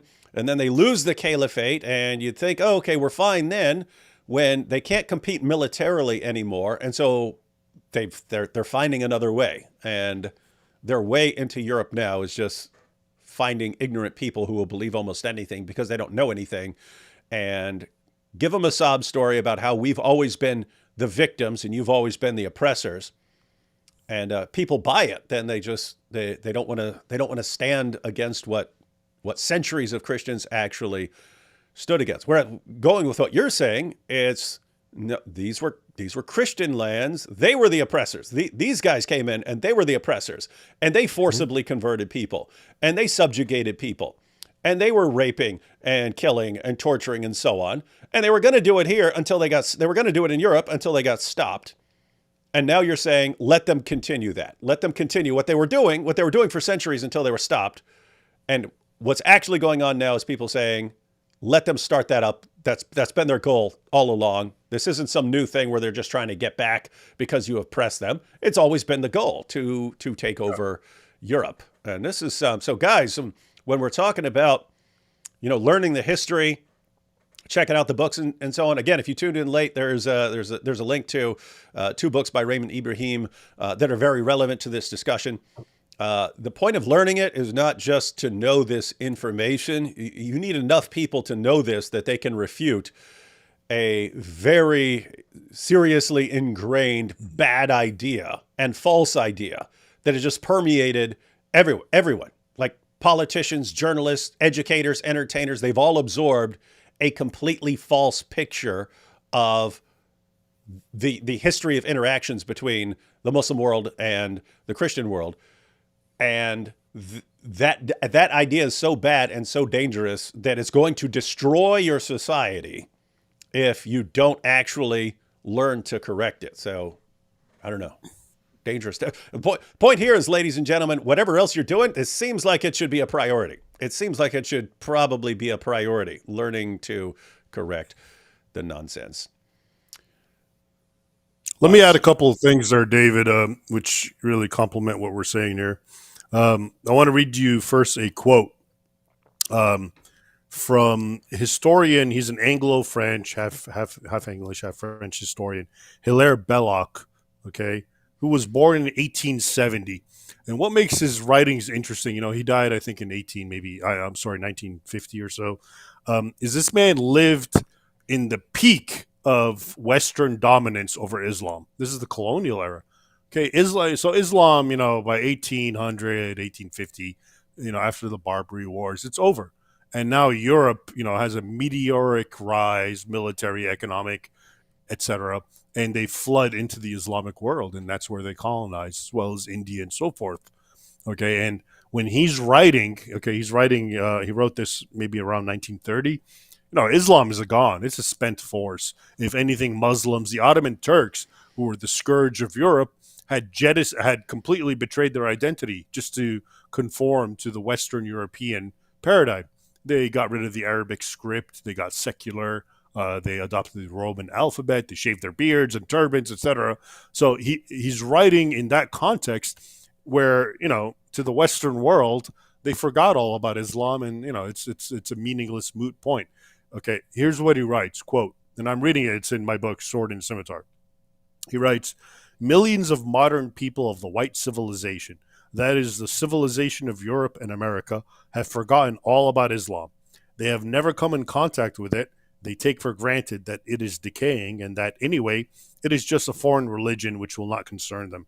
It is, as a fact, the most formidable and persistent enemy which our civilization has had and may at any moment become as large a menace in the future as it has been in the past. I mean, you talk about prophetic words. He wrote this at the the nadir of Islamic power about a century ago, and look where we're at. I mean, Muslims are still weak, and this is the irony, but Westerners are such idiots that they empower them over them. And here we're seeing this sort of second recrudescence of Islam going on. And another point I just wanted to make, to really underscore how history has been manipulated.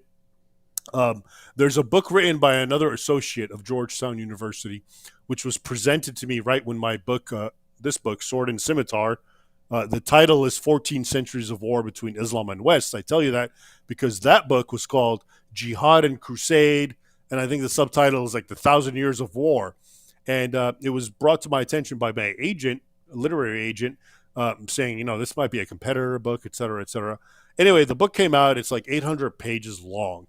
And just to give you an idea, it's meant to do the same thing that my book does. I go from the first, violence in the 7th century between Islam and the West to the modern era. And that's what it purports to do. In 700 or 600 pages, here's what happens. The first, from the 7th century, the rise of Islam, until about 1800, over 1,000 years, gets 20 pages. Okay?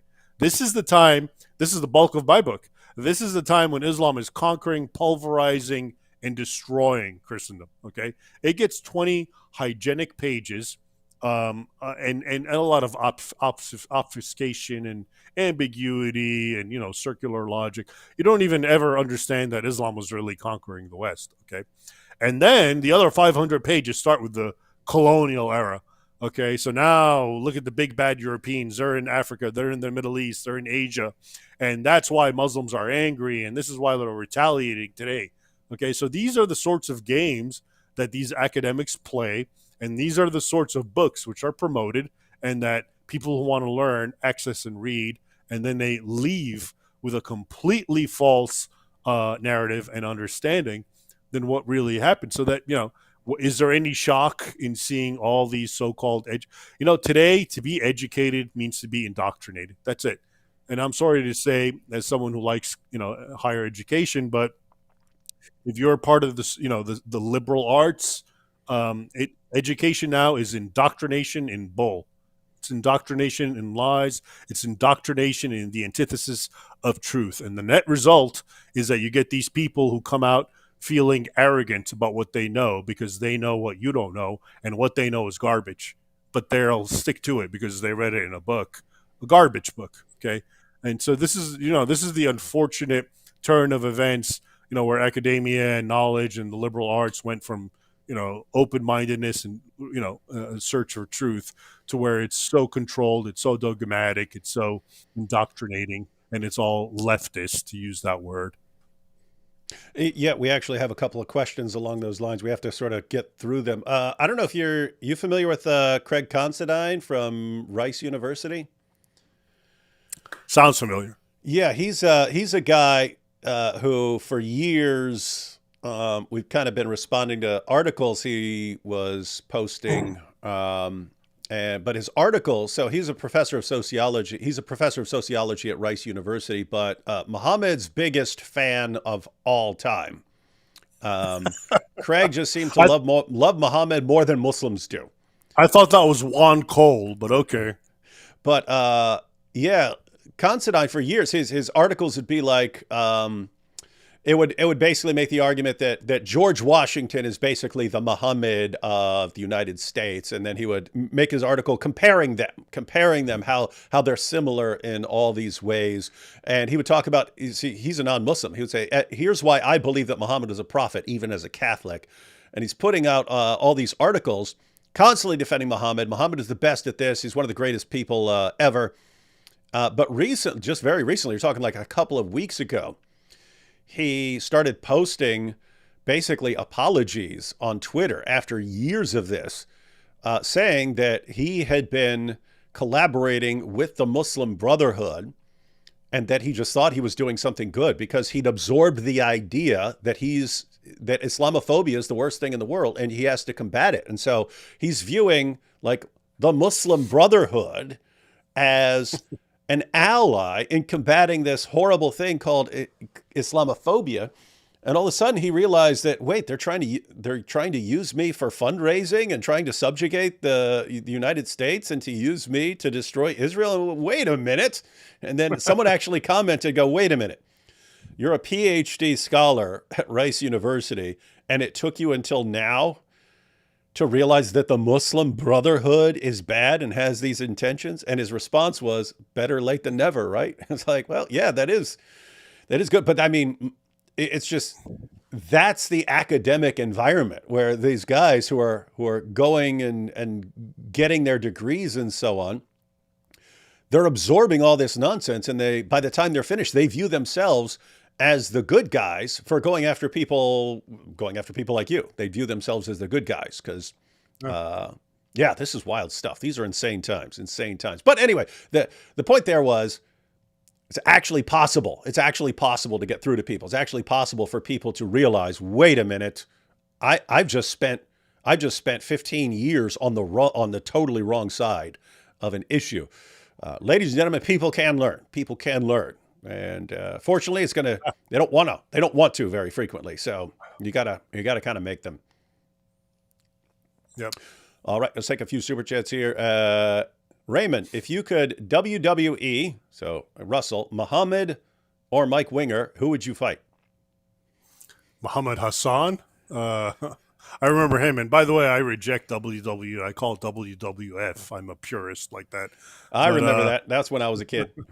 Yeah, I was older. So to me, it'll always be WWF. But I'm not sure. I know Muhammad Hassan, the guy who came out soon after 9/11 and was really controversial. I think they're talking about the Prophet Muhammad. Versus who? If you had to pick between Prophet Muhammad or Mike Winger, who would you rather fight? I must confess my ignorance. I don't know the prowess of Mike Winger. And you have no idea Muhammad. How lucky you are. He's the worst person in the world. Okay. And no one here likes him. Right. Okay. I don't know who he is. So. Good. You have no idea how blessed you are to not know that person. This is a question for me. Was that cross given to you in Windsor, David? Which one? This one? The one I'm wearing?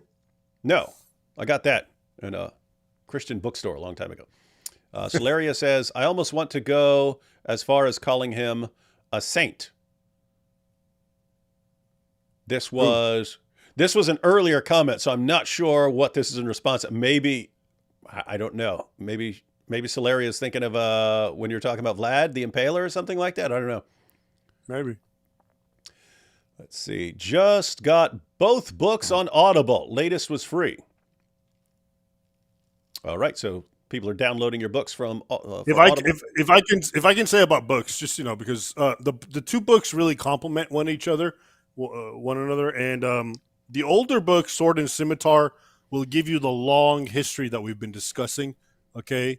The newer book, Defenders of the West, The Christian Heroes Who Stood Against Islam, covers the same terrain, but it's through the eyes and experiences of 8 heroes that I identify. So they're more like microbiographies of 8 different men. It seems like more people like it. It's more engaging and entertaining. But if you really want the more comprehensive, holistic history, you probably want to start with Sword and Scimitar. And if you like it, which you will, then you might want to go to Defenders of the West. Ray, are you optimistic that Egypt will again be Christian? I don't think so. I mean, hey, I don't know. I mean, for Egypt to become Christian, Islam would have to cease to be a force among men. Well, let's make it happen. Islam is more entrenched in Egypt than anywhere else. So if it gets overthrown in Egypt, that means it's been overthrown in the world. Okay, which hey, more power to everyone. But I'm more interested in seeing Islam. You know, I think there may be slightly more hope in seeing Islam defeated in, let's say, Minnesota. Slightly more hope. Okay. BB says, is Islam at war with the West? Yes, indeed. Okay. Islam legitimately sounds like Satan worship. Muslims truly act demonic. Well, some certainly do. Tezbot says, I fear that people in the UK still not listening, getting into lots of arguments. Am I overreacting, or has UK gone too far? Has the UK gone too far? You think? The UK, you know, it's such a sad commentary. It's like, you know, if people could speak the truth, and if they, what's happening in the UK is this, because there's been so much censorship and suppression, and you can't say anything what you want, what happens is things start boiling over. Because you're not letting it simmer. You're not giving it ear.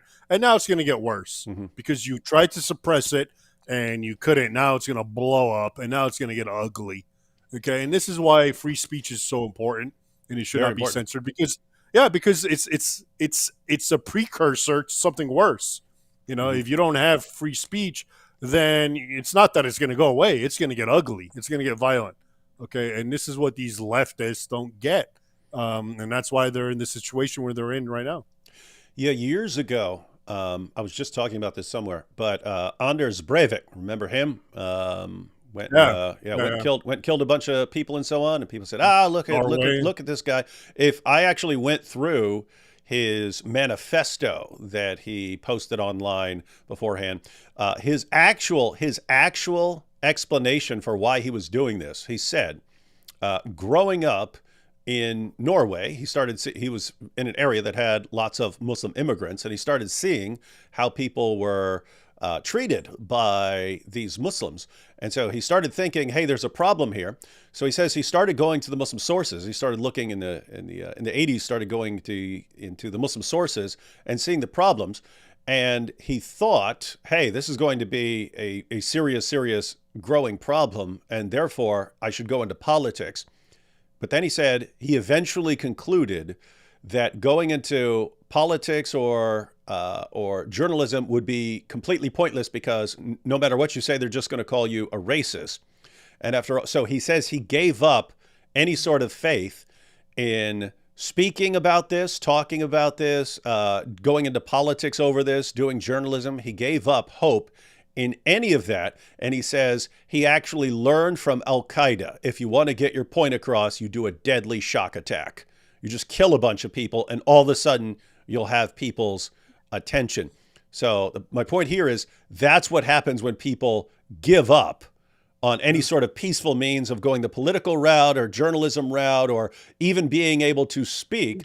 When all people are going to do is silence you, then people start, okay, nothing peaceful is going to work. Fine, I'll get violent. And then everyone goes, oh, what? Why'd this person get violent?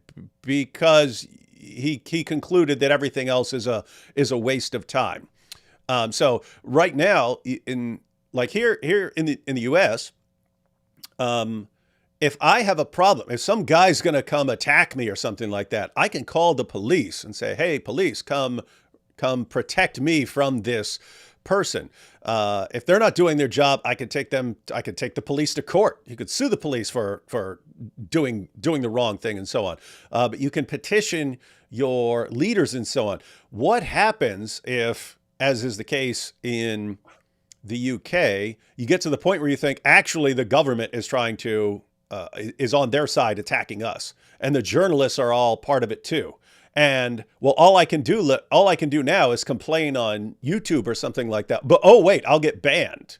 And you've got the governments over there calling on social media platforms to silence these people who are talking about what's going on. Well, what do you think is going to happen when you completely obliterate any way these people have that's nonviolent, that's a way of dealing with their frustration? You say, nope, we're silencing you in every possible way. And then shocker that we're getting a violent reaction. But it's like common sense, people. But I think, I completely agree with everything you said, but I think it's more sinister than that, because when the left wants this to happen, okay, this is the group that it was waiting for any excuse for a lockdown. All right. And when the right, and by the way, I hate using these terms, the right and left, they're so oversimplified and pathetic, but I have no choice because that's the common parlance. Okay, but when the right acts that way, even though it's justified, right, that gives the left all it needs to just enforce martial law and just shut everything down, censorship and everything. And that's the unfortunate aspect. But I'm not trying to say that people shouldn't rise up or shouldn't express themselves, but that's part of the game. Even when you do that, they win. Okay, yep. And that's because the whole thing is controlled. Okay. They got you by the balls. I mean, let me be honest with you. As long as you play by the paradigm, okay, the current political paradigm, you're going to lose, unfortunately, and it's set up that way. Doesn't matter who you vote for, if you're right or left, Democrat or Republican, or whatever the counterparts are in England and Europe. That's just part of the game, unfortunately. Okay, and when you do what you're doing, rising up and being violent and vocal, etc., that is going to give them the authority to just completely shut you down, throw you in jail, just like January 6th. It's the same sort of thing. So that's people need to understand it's far more complex now than just saying, okay, we've had enough and we're going to voice our opinion. I mean, that's what they want you to do, because then they'll really have power. Yeah, so you're pointing out that what'll happen is, the government will be against you, police will be against you, journalists will be against you, and then you go out and you break something or vandalize something, and then those same institutions will say, see, the reason this person just did this bad thing is because of these dangerous ideas that are being spread on social media. That's why all these platforms need to crack down on anyone who's saying something we don't want. And that's why we need more laws against what people are allowed to say. And that's why we need to be arresting more people for what they say. And so, they push people until they react in a certain way. And then based on the reaction that they produced, that they caused, then they attack those people even more and use it to suppress them. So, Yep. You got it. So what's happening in England is actually feeding right into what they want, because they're giving them the pretext to completely, push their full weight of the law and just, censorship, lockdowns, curfews, you name it. All right, we've got a little short amount of time left. Let's burn through some of these super chats, and then we'll give our final thoughts. And let's see. It would help if history teachers would just say Islam when they mean Islam instead of using euphemism, code speech. Some of us are dummies and need you to spell it out. Yeah. So instead of saying Islamism or something like this, then David, please check out the video "Why I'm Determined to Expose Islam" by Naomi Armstrong. I will. If I forget, then remind me. Let's see. The English flag's red cross is the cross of St. George. Before George became a rock star in the Roman army, he was born a Turk. Was he a Turk or was he a Greek? He was a Cappadocian, which predates the Turkish conquest of Asia Minor. So that's anachronistic. Yeah, so it's what is currently Turkey, but he was a Greek Right. in what is now Right. Turkey. Okay. Yes. Is this Islamic attempt to take over the West due to the majority of the people in the West turning their backs on God and bring us more and more out of his protection and instead bring us under a curse? So we're just thinking, lots of people are thinking of it in, even if you're examining the situation, it's, well, people are dumb. But Lloyd here is asking, is there a spiritual issue here? Like you turn away from God and he just says, okay, I'm not going to protect you here anymore. In other words, is it similar to the Old Testament where the Israelites are surrounded by these other groups, and if they turned away from God, he would let the groups come in and Yeah. No, I get it. Yeah, I think so. I think that element is plausible and valid.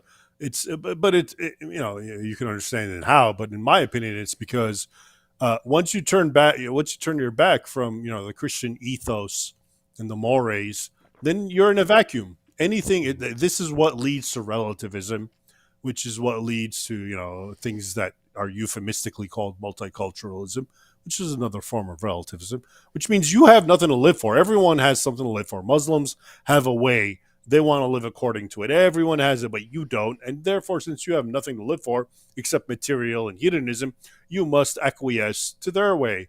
Maybe they know something better after all. You have nothing. So I think, I'm putting aside the theological argument, which I think is valid and which I ascribe to. But I'm trying to use a more secular argument, which is in a vacuum where you have no belief, something will fill it. And you have no impetus to fight back if you have no particular belief. Muslims, in our opinion, are wrong. Their belief is invalid, but it's still a belief, and look at how much strength and inspiration it gives them. So imagine if Christians who have the truth actually believed it and acted upon it, how fierce they would become. And we already know how, because we have history that most people don't know. Yeah, so basically two ways of looking at things, Lloyd, that Raymond just went through. So, I mean, keep in mind, we don't know the mind of God, so we don't know if God is actually sitting there going, hey, I'm going to let this group come in and do this because these people turned against me. You can make that case and believe that. So that's one way to go about things. You can make that case and you can draw parallels with the Israelites and so on.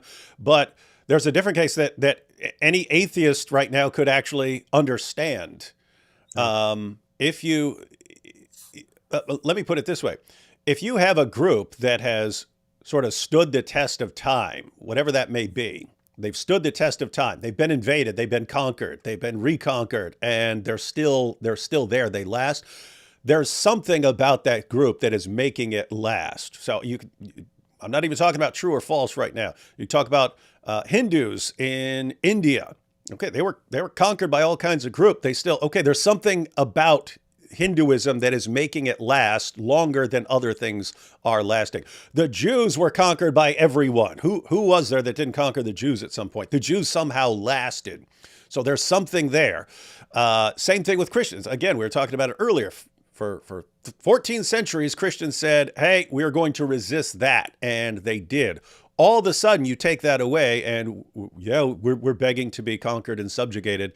Even as an atheist, you should step back and say, wait a minute, maybe there's something there that makes it psychologically strong when other bad ideas come along.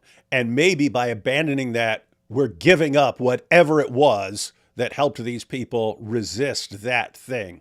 In other words, if you're one of the new atheists who said, hey, let's just get rid of Christianity and everything will become a scientific utopia, you should be rethinking that really, really seriously right now. Because what actually happened, you didn't get your scientific utopia. You just got a bunch of Christians not taking Christianity very seriously anymore. And then all of a sudden you completely lost your backbone as far as standing against Islam. So I don't know. I'd be rethinking things at this point. May I augment that with a 1-minute commentary? Yeah, absolutely. Okay, so basically, here are the bottom. I mean, to answer that same question, which you did very ably, but in a very short, simple way, Christendom from the 8th all the way to, let's say, the 16th century, which is Europe at this point because it already got conquered elsewhere, is so weak compared to the vast Muslim empires. And it did everything possible, and this is especially my book, Defenders of the West, where kings and emperors and nobles sacrificed their lives simply to keep Islam out of Europe. But they were weaker. They were materially, fiscally, economically, and so forth, weaker, believe it or not, than the Muslim empires, which were humongous. They were behemoths, and they managed. Now, flip the coin to today. Europe, the West, is economically, militarily behemoth compared to the Muslim world. And yet, here you have Muslims doing what their ancestors could not do. Why is that? And I think it's because the former Christians had something to fight for. Okay, they had their religion, their faith, their heritage, their culture, their family. All right. Today's Europeans, yeah, they have the might, they have the physical, military, economic power and pressure, but they have nothing to live for. They have nothing to resist. So they just capitulate left and right, as we're seeing today. So all you atheists and secularists who thought we can actually do this better and we know what we're doing and we just need to get rid of all the stupid Christianity, you're actually standing on the shoulders of giants and you didn't realize it. And hopefully you're learning a lesson. You're learning a valuable lesson right now. Let's see. Isaiah 53 says, John 3:16, for God so loved the world that he gave his only begotten Son, that whosoever believeth in him should not perish, but have everlasting life. Amen. What do you think of the view that Islam was adopted later by the Arab conquerors, or that Islam was still developing 100 years after Muhammad died? So, not sure. I think it's no, I'm familiar with it. I think it's a moot point. It really doesn't matter. It doesn't matter what happened historically. What matters is what Muslims believe. Okay, and Muslims believe in the traditional historiography. Muhammad, born in 570, spoke to Gabriel around 610, got the Quran, etc., etc. Okay, so that's what really matters. So much of history we can't really piece. It's all conjectural, including this idea that Islam was manufactured much later by, I don't know, the Umayyads or the Abbasids. And in fact, I've always, I've taken umbrage with that particular argument for one strong reason. I think it was developed by Patricia Crone in her book Hagirism, which is, it argues that Muhammad, I don't know, didn't exist, or, the whole hagiography about him came about 200 years later. And I think the flaw with that argument, and by the way, I believe that, the hadith and all that, and the comprehensive idea, I don't know that, I'm not saying that's accurate. That might be full of flaws too. But I do believe in the central story of a prophet, Muhammad, et cetera, and I'll tell you why. But the number one reason that I don't believe it is, if Islam was created and fabricated, okay, by the Umayyads or the Abbasids, whoever it is, 200 years after Muhammad, how do you understand the Shia-Sunnah split? The Shia-Sunnah split is inherently based on Muhammad and his family. Okay, the Shias say that the successor should have been Ali, which is his cousin, and who married Muhammad's daughter Fatima.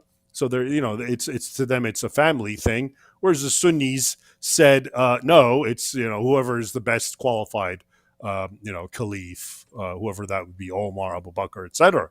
Okay, so if this was a created story, where did this split come from that still exists till this day, and they're killing each other?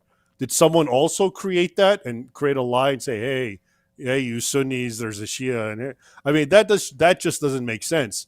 But more to the point, as far as 634, we have, small parchments and which I think are very relevant, of, there's a Jewish scribe who talks about a prophet who has risen in Arabia, and he doubts he doubts that he's a prophet because prophets don't come in chariots. I mean, that's pretty early. That's contemporaneous with Muhammad. So I think it's safe to say there was a figure, whatever his name was, Muhammad, which I know could be an epithet or whatever, an Arabian prophet figure that arose and who really crystallized tribalism, jihad, us against them. And then, but as far as the rest of the of the hadith and so forth, yeah, obviously, I don't know which. I know they have their sahih, which is the authentic ones, canonical ones, and not, and that also may be bunk. But I think in the broad outlines, yes, you had a prophet in that era who came up with essentially a divisive doctrine. Okay, and like I said, to me, the Sunni Shia thing, I've never heard anyone address that. How could the Sunni Shia split happen unless there was a prophet who had descendants and who had non-descendants fighting for rule of the Islamic world, for the caliphate? How could that also be fabricated? Yeah, I have a similar perspective in that I believe I believe the sort of basic outline of the figure Yeah. of this Arabian self-proclaimed prophet.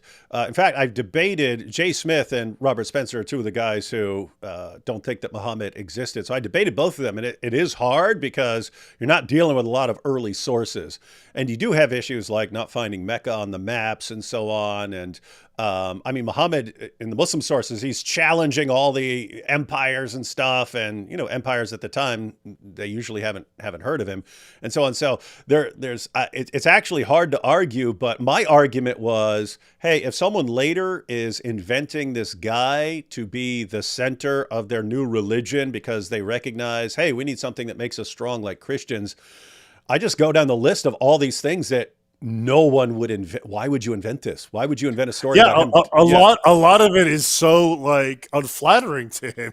Yeah, the satanic verses. I mean, yeah, he was so Yeah, dumb. yeah. He delivered Why would revelations you- from Satan. If I'm pro Muhammad, I want to foist this, this fabrication. Why would I give you very negative, unflattering hadiths about him? I mean, that's just one of it. But to me, like I said, the Sunni Shia split, this is a real thing. We see it today. They're killing each other.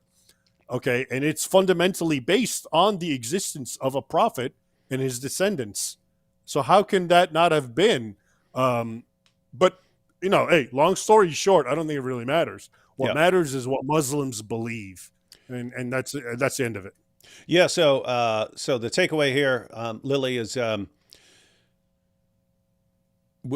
Raymond and I and many others, for various reasons, we think the overarching general story is authentic. Yes, later hadiths, obviously, lots of because they're so late, lots of people were inventing things. Yes, that's true. Yeah. But to be fair, there are some difficulties that the skeptics will raise, and I'm talking about like Christian skeptics who are skeptical about the sources, and so they actually have a case that they can make, and I'm totally fine with them making their case wherever they can, because that's how you get closer and closer to the truth. And the end result of that is you find out more and more of what's been made up and what's authentic. But as Raymond's pointing out, it kind of doesn't affect like the practical implications of that worldview. If you have a ton of people who believe that this guy commanded them because he'd been commanded by God to violently subjugate the world, kind of doesn't matter what you think about the historical validity of this. So anyway, that's a couple of issues there, and hope that helps. It also has, unfortunately, this is one of the reasons I don't like this thesis. It has the unfortunate ramification of making Westerners and non-Muslims take Islam lightly, as if it's built on a bunch of collapsible cards, and one day or the other, Muslims are going to figure out it's fake, and so hey, it's a matter of time. And no, it's a serious 14th century old threat. It's not going to go away that easily. Tezbot here says, any enlightening thoughts on the history of Palestine? Don't know if that's an area you want to go into, or... No, not at this late hour. We got a few minutes. Yep. We stupidly see Jerusalem as Westerners. Not sure what you mean. Is we're seeing it as Westerners, or we're seeing Jerusalem as if they're Westerners? Not sure what you mean there. Lely here again says, what is the origin of the Muslim leftist alliance? How do these groups justify working with those who are opposed to them on nearly every principle? This is a question that comes up over and over and over again. Why do you have this group marching side by side with Muslims when we all know that Muslims would destroy this group? That's very easy to me because to the left, and again, I hate that word. I'd rather call them Satanists or abominations. But to those people, their primary enemy is Christianity, Christian ethics, Christian civilization, Christian mores, and they will go to bed with anyone who is a proven enemy and who's the greatest and most historical, formidable nemesis of Christianity. It's Islam. They know that. And so, they bring them in, they support them, and then they let them run amok and destroy churches in Europe, do what they're doing. And I mean, look at what's happening in England. They're going to protect the Muslims, not, the little girls who are being killed. So I think the alliance is fundamentally, it's their foot soldiers. The enemy of my enemy is my friend, and the left sees Muslims. But the Muslims, I can tell you, have nothing but absolute contempt for the left. They hate them because they are the antithesis of everything they believe. They're homosexuals, they're depraved, they're effete, they're emasculate, they're pathetic. So they use them in as much as they can. And in fact, and you see a break and a rift within the alliance all the time, such as in that one in Dearborn or in Michigan, the Muslim majority city Hamtramck, I think, where all the leftists empowered the Muslims, and now you have a Muslim majority city council, and the first thing they do is ban pride celebrations. Yeah, and then you saw the reaction. Well, what? We supported you. Why aren't you supporting us? Well, because we viewed you as useful idiots, and we never intended in supporting you. It was all it was all part of the plan. State up here in India, banned halal certification. Interesting. Celeria says, yes, I meant Vlad the Impaler earlier when Celeria was talking about viewing Vlad as a saint.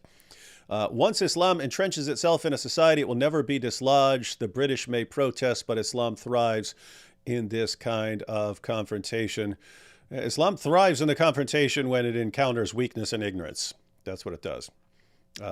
What does Ray think about the avalanche of apostasy? You familiar with this? I don't know, because you focus on the history, but basically they're calling it, they named it the avalanche of apostasy, where basically the apostasy rate of young Muslims went from close to 0% like 20 years ago to 24% as of a few years ago. And so. No, that's a real thing. And in fact, it is probably the most potent tool if you want to be cynical or if you want to be a Christian and sincere. It's the most potent tool in disarming Islam. Muslims are religious people. You're not gonna talk them out of what they believe by telling them to embrace secular humanism. They need a substitute that is theological and theistic centered. Okay. And so that would become Christianity. And in fact, historically, that's what it was when Muslims, you have Muslims who apostatize and become atheists. Yes. But the vast majority in the Islamic world become Christian because they need an alternative.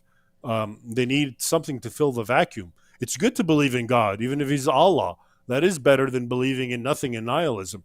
Okay. But when you're a Muslim and you have that and you feel like there's problems, as we're discussing, there's something not right here, and then you see there's a Christian God, okay, well, now you have an alternative. Now you have something viable, as opposed to feeding them with, hey, you either be a Muslim or become some depraved sexual leftist, hedonist pedophile.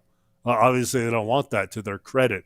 Okay, so I do believe that, from a cynical point of view, preaching Christianity is actually very advantageous to breaking the backbone of Islam. But as a Christian, I also think it's a good thing because it saves Muslim souls. Mm-hmm.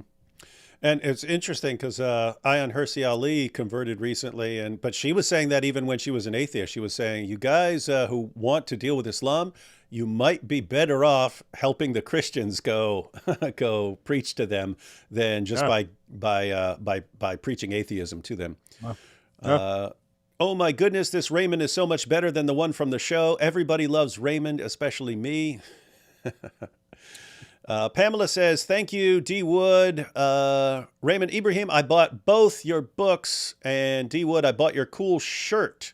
Is there a translation of it that can be downloaded? Yeah, we might work on that. I made a shirt that's covered in Arabic Quran verses, and it says checkmate jihadis on the front. And I wore it to Speaker's Corner. So the idea was you can't stab me because you'd have to stab the Quran. So anyway, and then people started requesting it. So I went ahead and put it in a little store where people can get it. I'll have to get one. All right. Well, I told you 2 hours, so I'm gonna read this question. You can answer this question, and then if you want to cut out, you can cut out. I'm gonna stay and answer a few more questions in the super chat. But Countess here says, "What's the solution? I'm a university student. It's been hard." On a university student, Yeah, it's hard? Yeah, said, "What's the solution? I'm a university student. Oh. It's been hard." Oh, well, of course it's been hard. You're in college. You're being indoctrinated in garbage. So I understand that. So I guess the first step is to realize what I just said, which is you are on enemy territory and their job is to brainwash you. So guard your brain is the first step. Second, ascertain and acquire accurate knowledge, which is not as easy as it seems because everything around you is false and lies. I don't want to toot my own horn, but if you're interested in these topics, look into my books because they are objective. Both of them have about 1,000 footnotes from primary sources, Defenders of the West, Sword and Scimitar. If you're interested in those, particular topics, which I think really form the basis of what we're discussing. It's not doctrine, it's history. History is the manifestation of doctrine. And I think that's more important than just abstract doctrine in the air. But I understand your point, young person. So just try to disassociate yourself from the indoctrination, which I think instinctively you may understand, and look to and try to read and find more listen to your senses, listen to your instinct, what jibes with you and what makes sense. Because I think that's one of the worst things that's happened to us modern folk is we've been so taught to deny our instinct and our common sense. But, try to listen to your instinct and common sense. It's more right than wrong, especially in the current context. All right. Well, again, I told you 2 hours, so if you want to cut out, you can go. I know you have other stuff to do. I'm gonna continue with a few more questions. But thanks, Raymond Ibrahim. Again, everyone, definitely check out the books. This is not just for your personal, private edification. This is like world-changing stuff. If people do not become informed about the basic history and so on, I don't see a path forward for the entire West. So that's how important it is. It's like D-Day level stuff, ladies and gentlemen. But instead of like storming beaches, you just got to grab some books and actually learn stuff, and then go out and make sure everyone else knows. So thanks to Raymond for joining us. And anytime you want to jump on and share something, Raymond, open invitation. Thank you very much, David. I had a great time, and we'll do it again. You take care. All right. Catch you next time. Bye-bye. All right. A few more super chats, ladies, and then I'll be out as well. Joshua says, please pray for Bangladeshi Hindus and Christians. Yeah, things are going really, really terribly right now in Bangladesh, as far as I can tell. Open season. I haven't seen too much about what's going on with Christians there, but I know it's been open season on Hindus, and a lot of people aren't even paying attention to it because they're focused on what's going on in the UK. So, yeah. I don't know. Seems like bad situations all over the place right now with Islam. Joshua says, just to give props to Thomas Jefferson, you are correct that he was wrong at first about Muslims. He ran for president on forming the Marines and a Navy to take them out. So yeah, that's another example of people can learn and change their positions. I'm looking to seek asylum somewhere else. UK over. Yeah, just imagine if like every place Islam goes, everyone there has to seek asylum from other places. And then even the Muslims in the area have to seek asylum because they're from the wrong sect of Islam and they're persecuted too. So they have to go somewhere else. And you wonder, like, if the UK, keep in mind, I don't think the UK is actually going to collapse to Islam, but suppose it did. Like, even then, would people still catch on? Or would it be like, oh yeah, well, that's just an unfortunate thing, but that's not real Islam. Real Islam is what's coming for you, Canada. And then if Canada converted to Islam or was forcibly converted to Islam? Or are other nations still going to say, well, yeah, that's how it worked for 14 centuries, and that's how it worked in UK and Canada and France. But, hey, USA, just open your hearts to these jihadis. It's like, what? Like, how stupid can we possibly be? Eliyahu says, many of those Middle Eastern Christians despise Chalcedonians, Constantinople, who treated them harshly, and in many cases, like Egypt, barely resisted the tide of Islam, hoping it would be a better regime. That's an ongoing problem as well, that you can view Islam as an ally to take out something else that you are not a fan of, thinking that Islam is going to be better. And it just never is. Whatever you don't like about whatever's going on in your society, Islam is not the solution to it. Eliyahu says, my point is that if they were not so fractured, Middle Eastern Christians could potentially stand a chance against Islam. Panchman says, did you ever find my email? I can resend. Yes, I did. Yes, I just checked for your email a little bit ago and saw that it is not indeed under the name Panchmance, but that was included in your email. So yeah, I saw it. Lloyd says, thanks for responding. I don't believe God is sending Islam. I think that so many people who turn from God are spiritually blinded and deaf to the truth, and it might take a spiritual battle first for them to even be able to hear the truth you both speak. And that is the positive side, is that if people are asleep and you're trying to give them some information, they refuse, Islam will keep pushing until they wake up. In other words, Islam is going to startle people out of their sleep. And so, guys, there are a lot of people listening who weren't listening 5 years ago. So learn some stuff and then share it.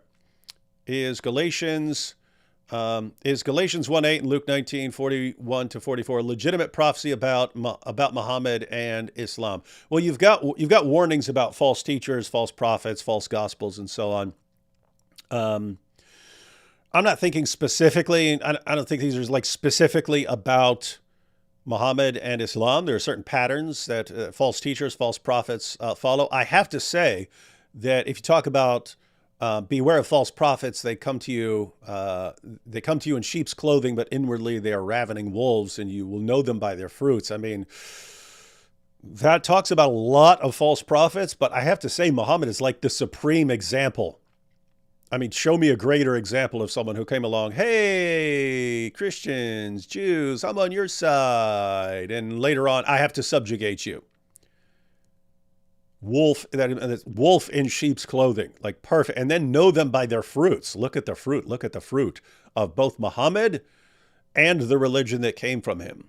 So I think that Muhammad is kind of the supreme example of like the concept of a false prophet, in that, not just in the New Testament, but in the Old Testament as well.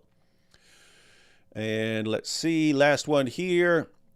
Loaves of Bread said, AP should connect Ray with Michaela Peterson about teaching Islamic history for Peterson Academy. That is Loaves of Bread. Bring that up again when AP is on here, because that is a good suggestion. And AP, since he has done a show with Michaela, has her contact info. So that would actually be a very good connection. And the Jordan Peterson of 2 or 3 years ago might not have been interested in that back when he was, hey, get a pen pal, everyone will get along fine. Now Jordan Peterson is looks like he's starting to realize very quickly what he's actually dealing with. And so lots of people are going to be in that situation. So guys, as horrible and awful as the situation is, when you look around and see all the messed up things that are going on in the world, these are actually good times for people waking up. And so these are good times for spreading important information that needs to be shared. So it's very simple. Depending on how much time you have available, because there are different people who have different amounts of time. Use whatever time you have available, that whatever time you can actually dedicate to what's going on in the world. Use that time effectively to learn some important information and share that important information wherever you can. Guys, that's just how it works. If every person who knows something actually communicated it to one other person, you've just doubled the number of informed people. If you learn one thing and you share it with 10 people who didn't know it, you have just done something very, very helpful. If 10,000 people each share something with 10 people or 100 people, all of a sudden, civilization becomes massively better informed. Islam, historically, when Islam cannot spread by the sword, it only spreads in an atmosphere of ignorance. It takes advantage of people's ignorance. So Islam is not in a good position to conquer the world militarily right now. Their militaries are backwards compared to Western militaries. That means they can only spread it right now by taking advantage of people's ignorance. So if you want to take away the only advantage Islam has right now, which is the atmosphere of ignorance, just do away with the atmosphere of ignorance by becoming informed. And Islam will not be able to stand against an informed population of free people. Thank you for joining, and we will catch you all next time. For those of you who are channel members, there is a video that is, it's in a share. Oh, I forgot about this. What? Hey, what's this? What does this one do? I forgot what this one did. Hey, what does this do? It did something once. There we go. Fireworks. That's the fireworks. For those of you who are channel members, there is a video that is in the community post. It's a members-only community post. So that'll be live for everyone else tomorrow. So that's my video for tomorrow morning. But if you didn't see it earlier and you're a channel member, it's actually in the community post. You can check that out right now if you want to. Apart from that, so new video in the morning, and then we'll be... I think it'll be This Week in Jihad tomorrow night with Robert. Not sure what the plan is with AP, but I'm sure we've got I'm sure we'll be live here very soon because there's a lot to discuss about all the crazy stuff that's going on in the world. All right, everyone. I'll catch you next time.